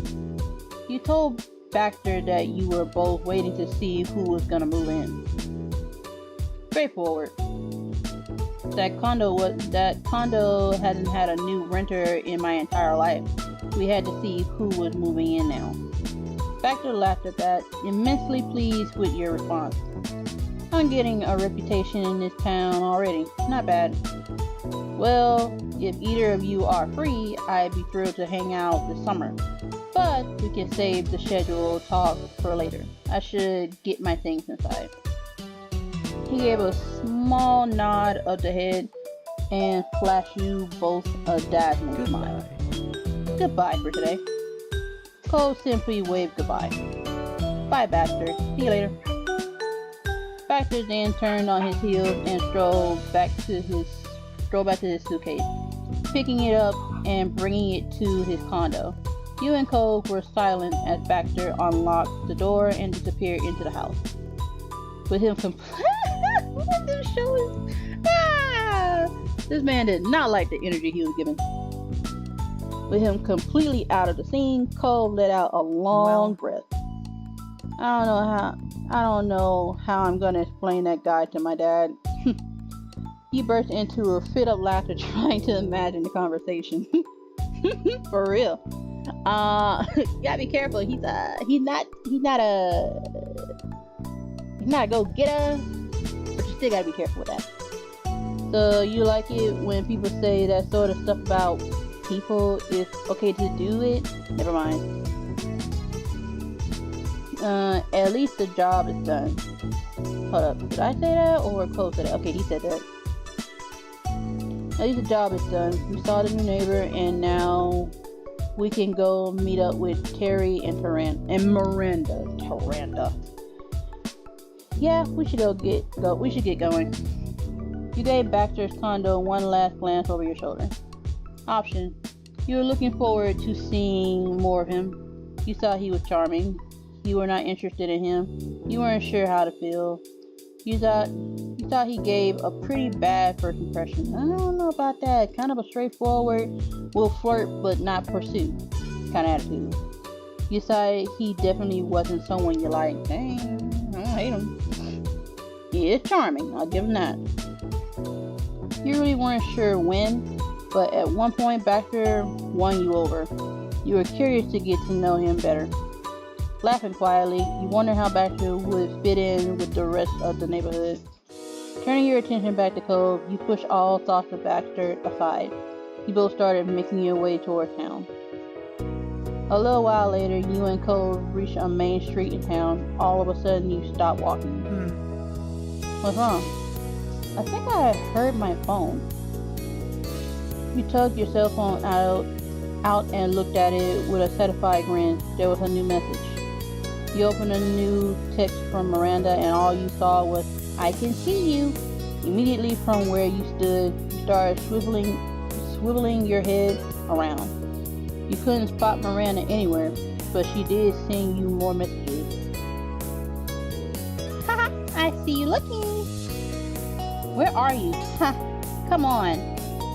Really, Randy? Who's Randy? Oh,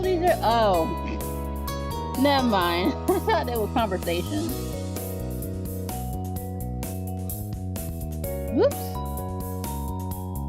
The message was sent, and you were back to looking around, scanning for any signs of movement and familiar faces, but they were still invisible. Cole looked at you carefully, raised an eyebrow. Caution. Miranda, come on out! You sighed at the ridiculousness. You burst into laughter at her antics. You sent your own joking text. If you want to keep hiding, Cole, and I can just go do our own stuff without you, if what you decided on. You smirked, hitting send on that message. Cole looked at you, curious. Cole looked at you curiously, raising an eyebrow. Cole looked at you curious, raising an eyebrow. Ah, what's happening? Before you could even begin explaining anything to Cole, you both snapped your attention to the yelling from across the street.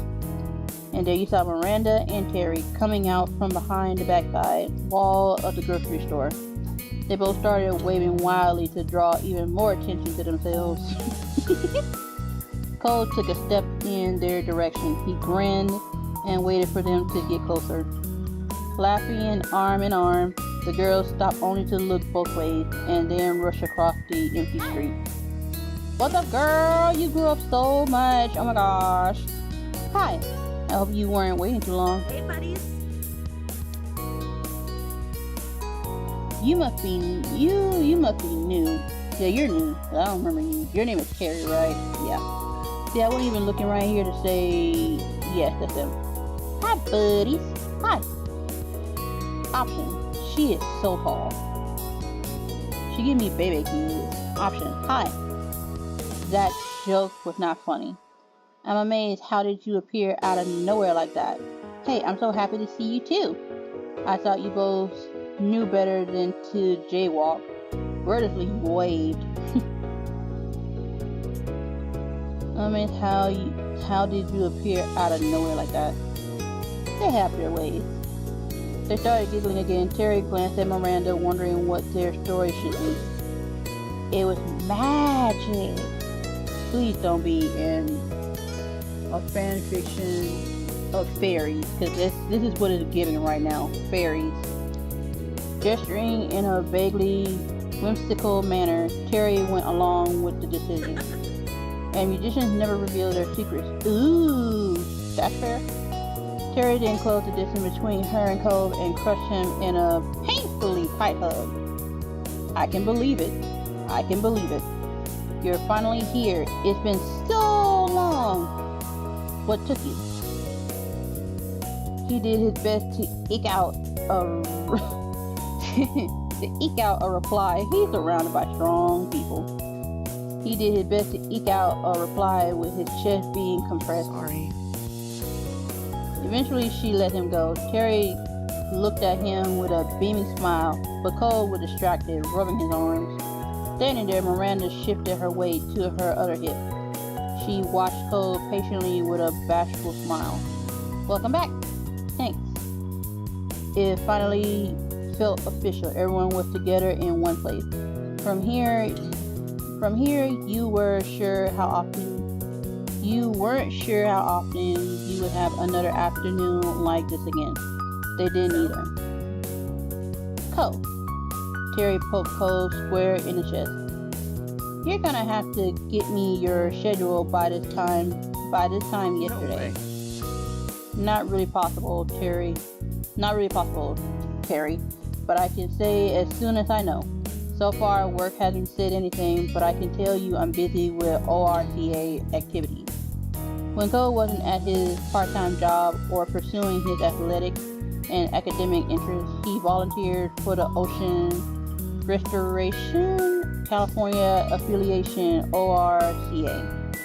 The group focused on cleaning up beaches and removing pollution from the ocean. Cole always loved the sea. It didn't surprise you one bit when he started getting involved with them. Options. It was Cole's activity. You joined ORCA too after learning of it.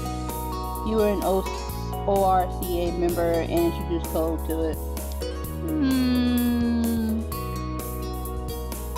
It was his activity, let's be honest. They're big, especially it's like from the beginning of this whole thing, we were at home, not at the beach cleaning up. Their big smash events for the year coming right up, isn't it? Yeah, there's not that much more to do before then, but I'm kind of looking forward to the fundraising push. Nice.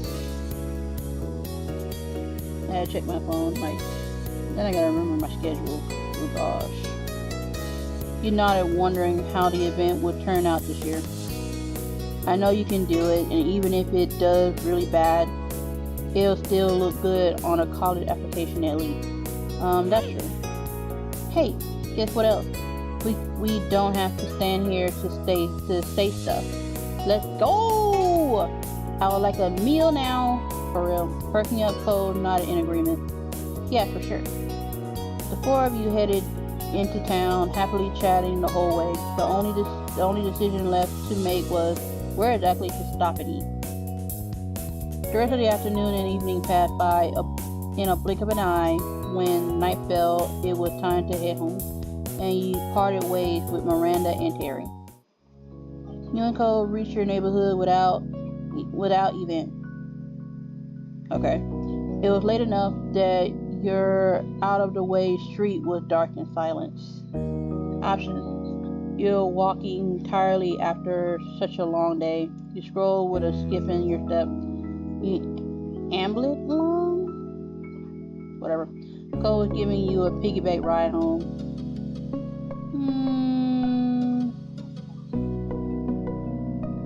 We're gonna say scroll with a skip in our step. Give him a break.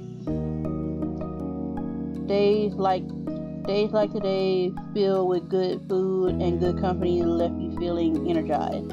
As you walk alongside Cole, you peered at his face out of the corner of your eyes. You wonder why he felt so distant to you. It was out of character. For a while, Cole silently stared ahead and left you alone with your own thoughts. It surprised you when you did hear his voice. All of a sudden, he still wouldn't look at you. It feels weird coming back to their neighborhood and trying to get into things like they're the same, and they're not. They've changed, they're still changing. Your mouth felt uncomfortably dry all of a sudden. It was true. The things that kept the people you knew together were starting to disappear. Each person had to make their own priorities and their own path now that it wasn't set for them. You thought about your own immediate future. You had been considering more and more, and ideas were starting to settle in your mind, you hoped. Options. To go to school full-time, to go to school part-time, to work full-time, to work part-time, to focus on time that's not school or work. Kind of makes sense. So you're gonna have school and you're gonna have work. I really did want to do a lot of like something that has nothing to do with work. Kind of the same for school, yet there was never that inspiration to just do something without questioning or wavering or backing out at the same time. So focus on times that's not work or school.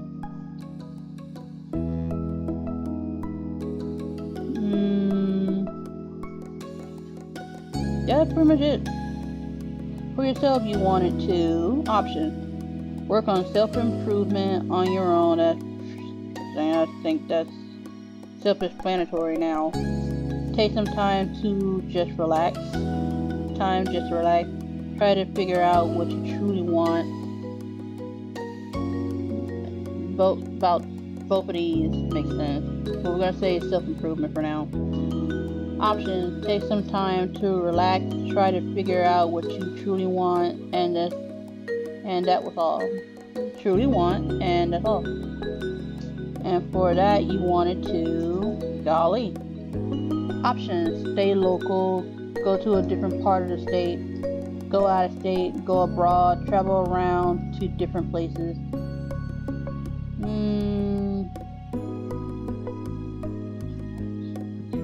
Probably different part of the state. Go abroad. Abroad is another one too. We're going to say travel around different places. It'll all be happening so soon. Option. You'd already made plans for a trip. You started to prepare for what was coming. You haven't begun to do anything about that yet. I'm just going to give the benefit of a doubt for in this game in particular, because I do at some point want to do better, get better, do more, see more. So when I can break some chains that's still hanging around, even some I didn't even know I placed on myself, then yeah, I can definitely do it. Want to say started preparing. Option. And you've been open about your situation, everyone knew. And you only spoken about this with family and those you were close to, like Cole. And you kept all of this to yourself, and Cole was the only person who knew.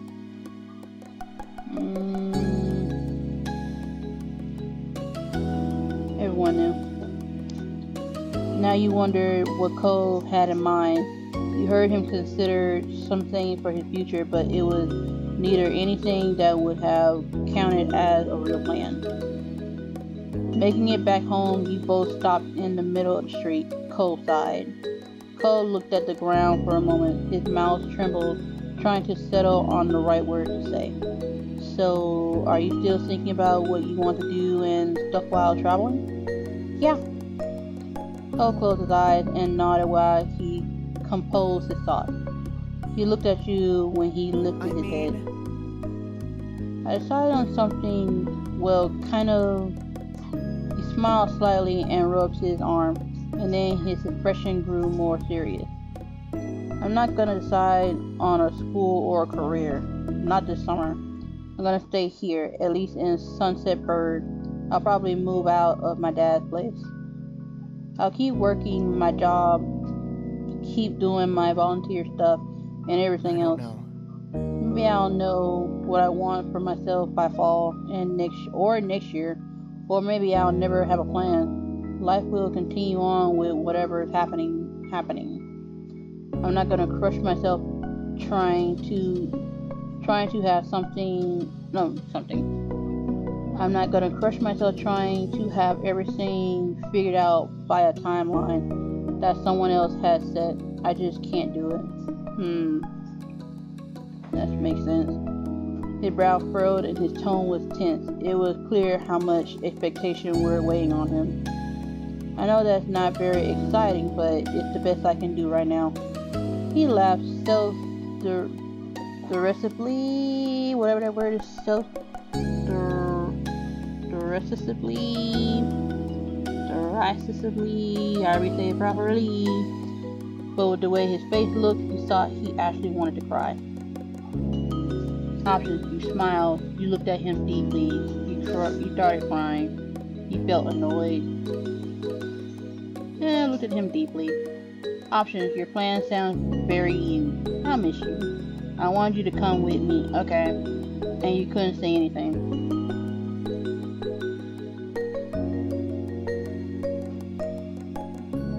Sounds very you. Nothing about his plan surprised you. Honestly, you felt like you should have seen it coming, but regardless, you had to support him every step of the way. He exhaled, releasing some tension in his shoulders. Thanks for hearing me out on this. You knew him well enough to know that Cole wasn't feeling completely better about the way things were. No matter what's happening, I want you to know that you won't ever lose me. I won't really be gone. I'll still be there for you the best I can, whether it's long distance or whatever else. Thank you, because not everybody can do that. Cole's whole expression softened. His lips pulled into an affectionate smile. Okay. Now, Teresa, you deserve to have everything you want in life. Option. You laughed at his bold declaration. Thank you, Cole. I want you to get everything you want in life. You didn't know how to respond to that. You teared up. You're wonderful. Wonderful. Your voice came out softly and sincere. Looking at you finally, Cole took a step closer. And he placed a hand on your shoulder. The warmth from his proximity helped you relax. He spoke to you softly, wholeheartedly. He meant every word. Things are hard right now. It scares me, but it'll be okay. It'll be more than okay. Now that things are up to us, we can make our lives better than they ever were. Option. You believed him. You appreciated the attempt to put on a brave face. You still felt unsure. You felt better after his reassurance.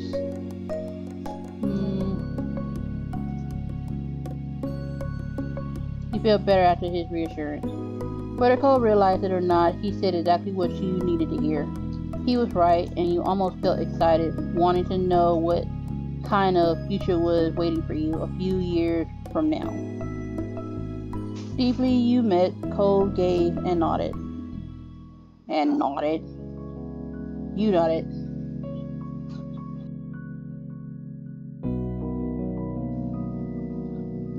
Deeply you met Cole's gaze. You nodded. At that, his expression morphed into a look of careful confidence. What did that look like? Clearly, he was still struggling with his topic, and you wonder what else might be on his mind. It was a start, I think, but it's not over, is it? We'll have to keep talking about it going forward. Yeah, Cole softly reiterated his comment. It'll all be okay. We'll still always be there for each other. Is that good with you? It is. Cool. That's cool. I'll see you tomorrow, Miss Teresa. I'll see you. Good night. See you. Night. He pulled you into an unexpected hug. It knocked the breath out of you, yet couldn't have been a more reassuring feeling. You returned his embrace and stayed that way. More reassuring feeling. You returned his embrace and stayed that way for as long as you could. Good night. Night.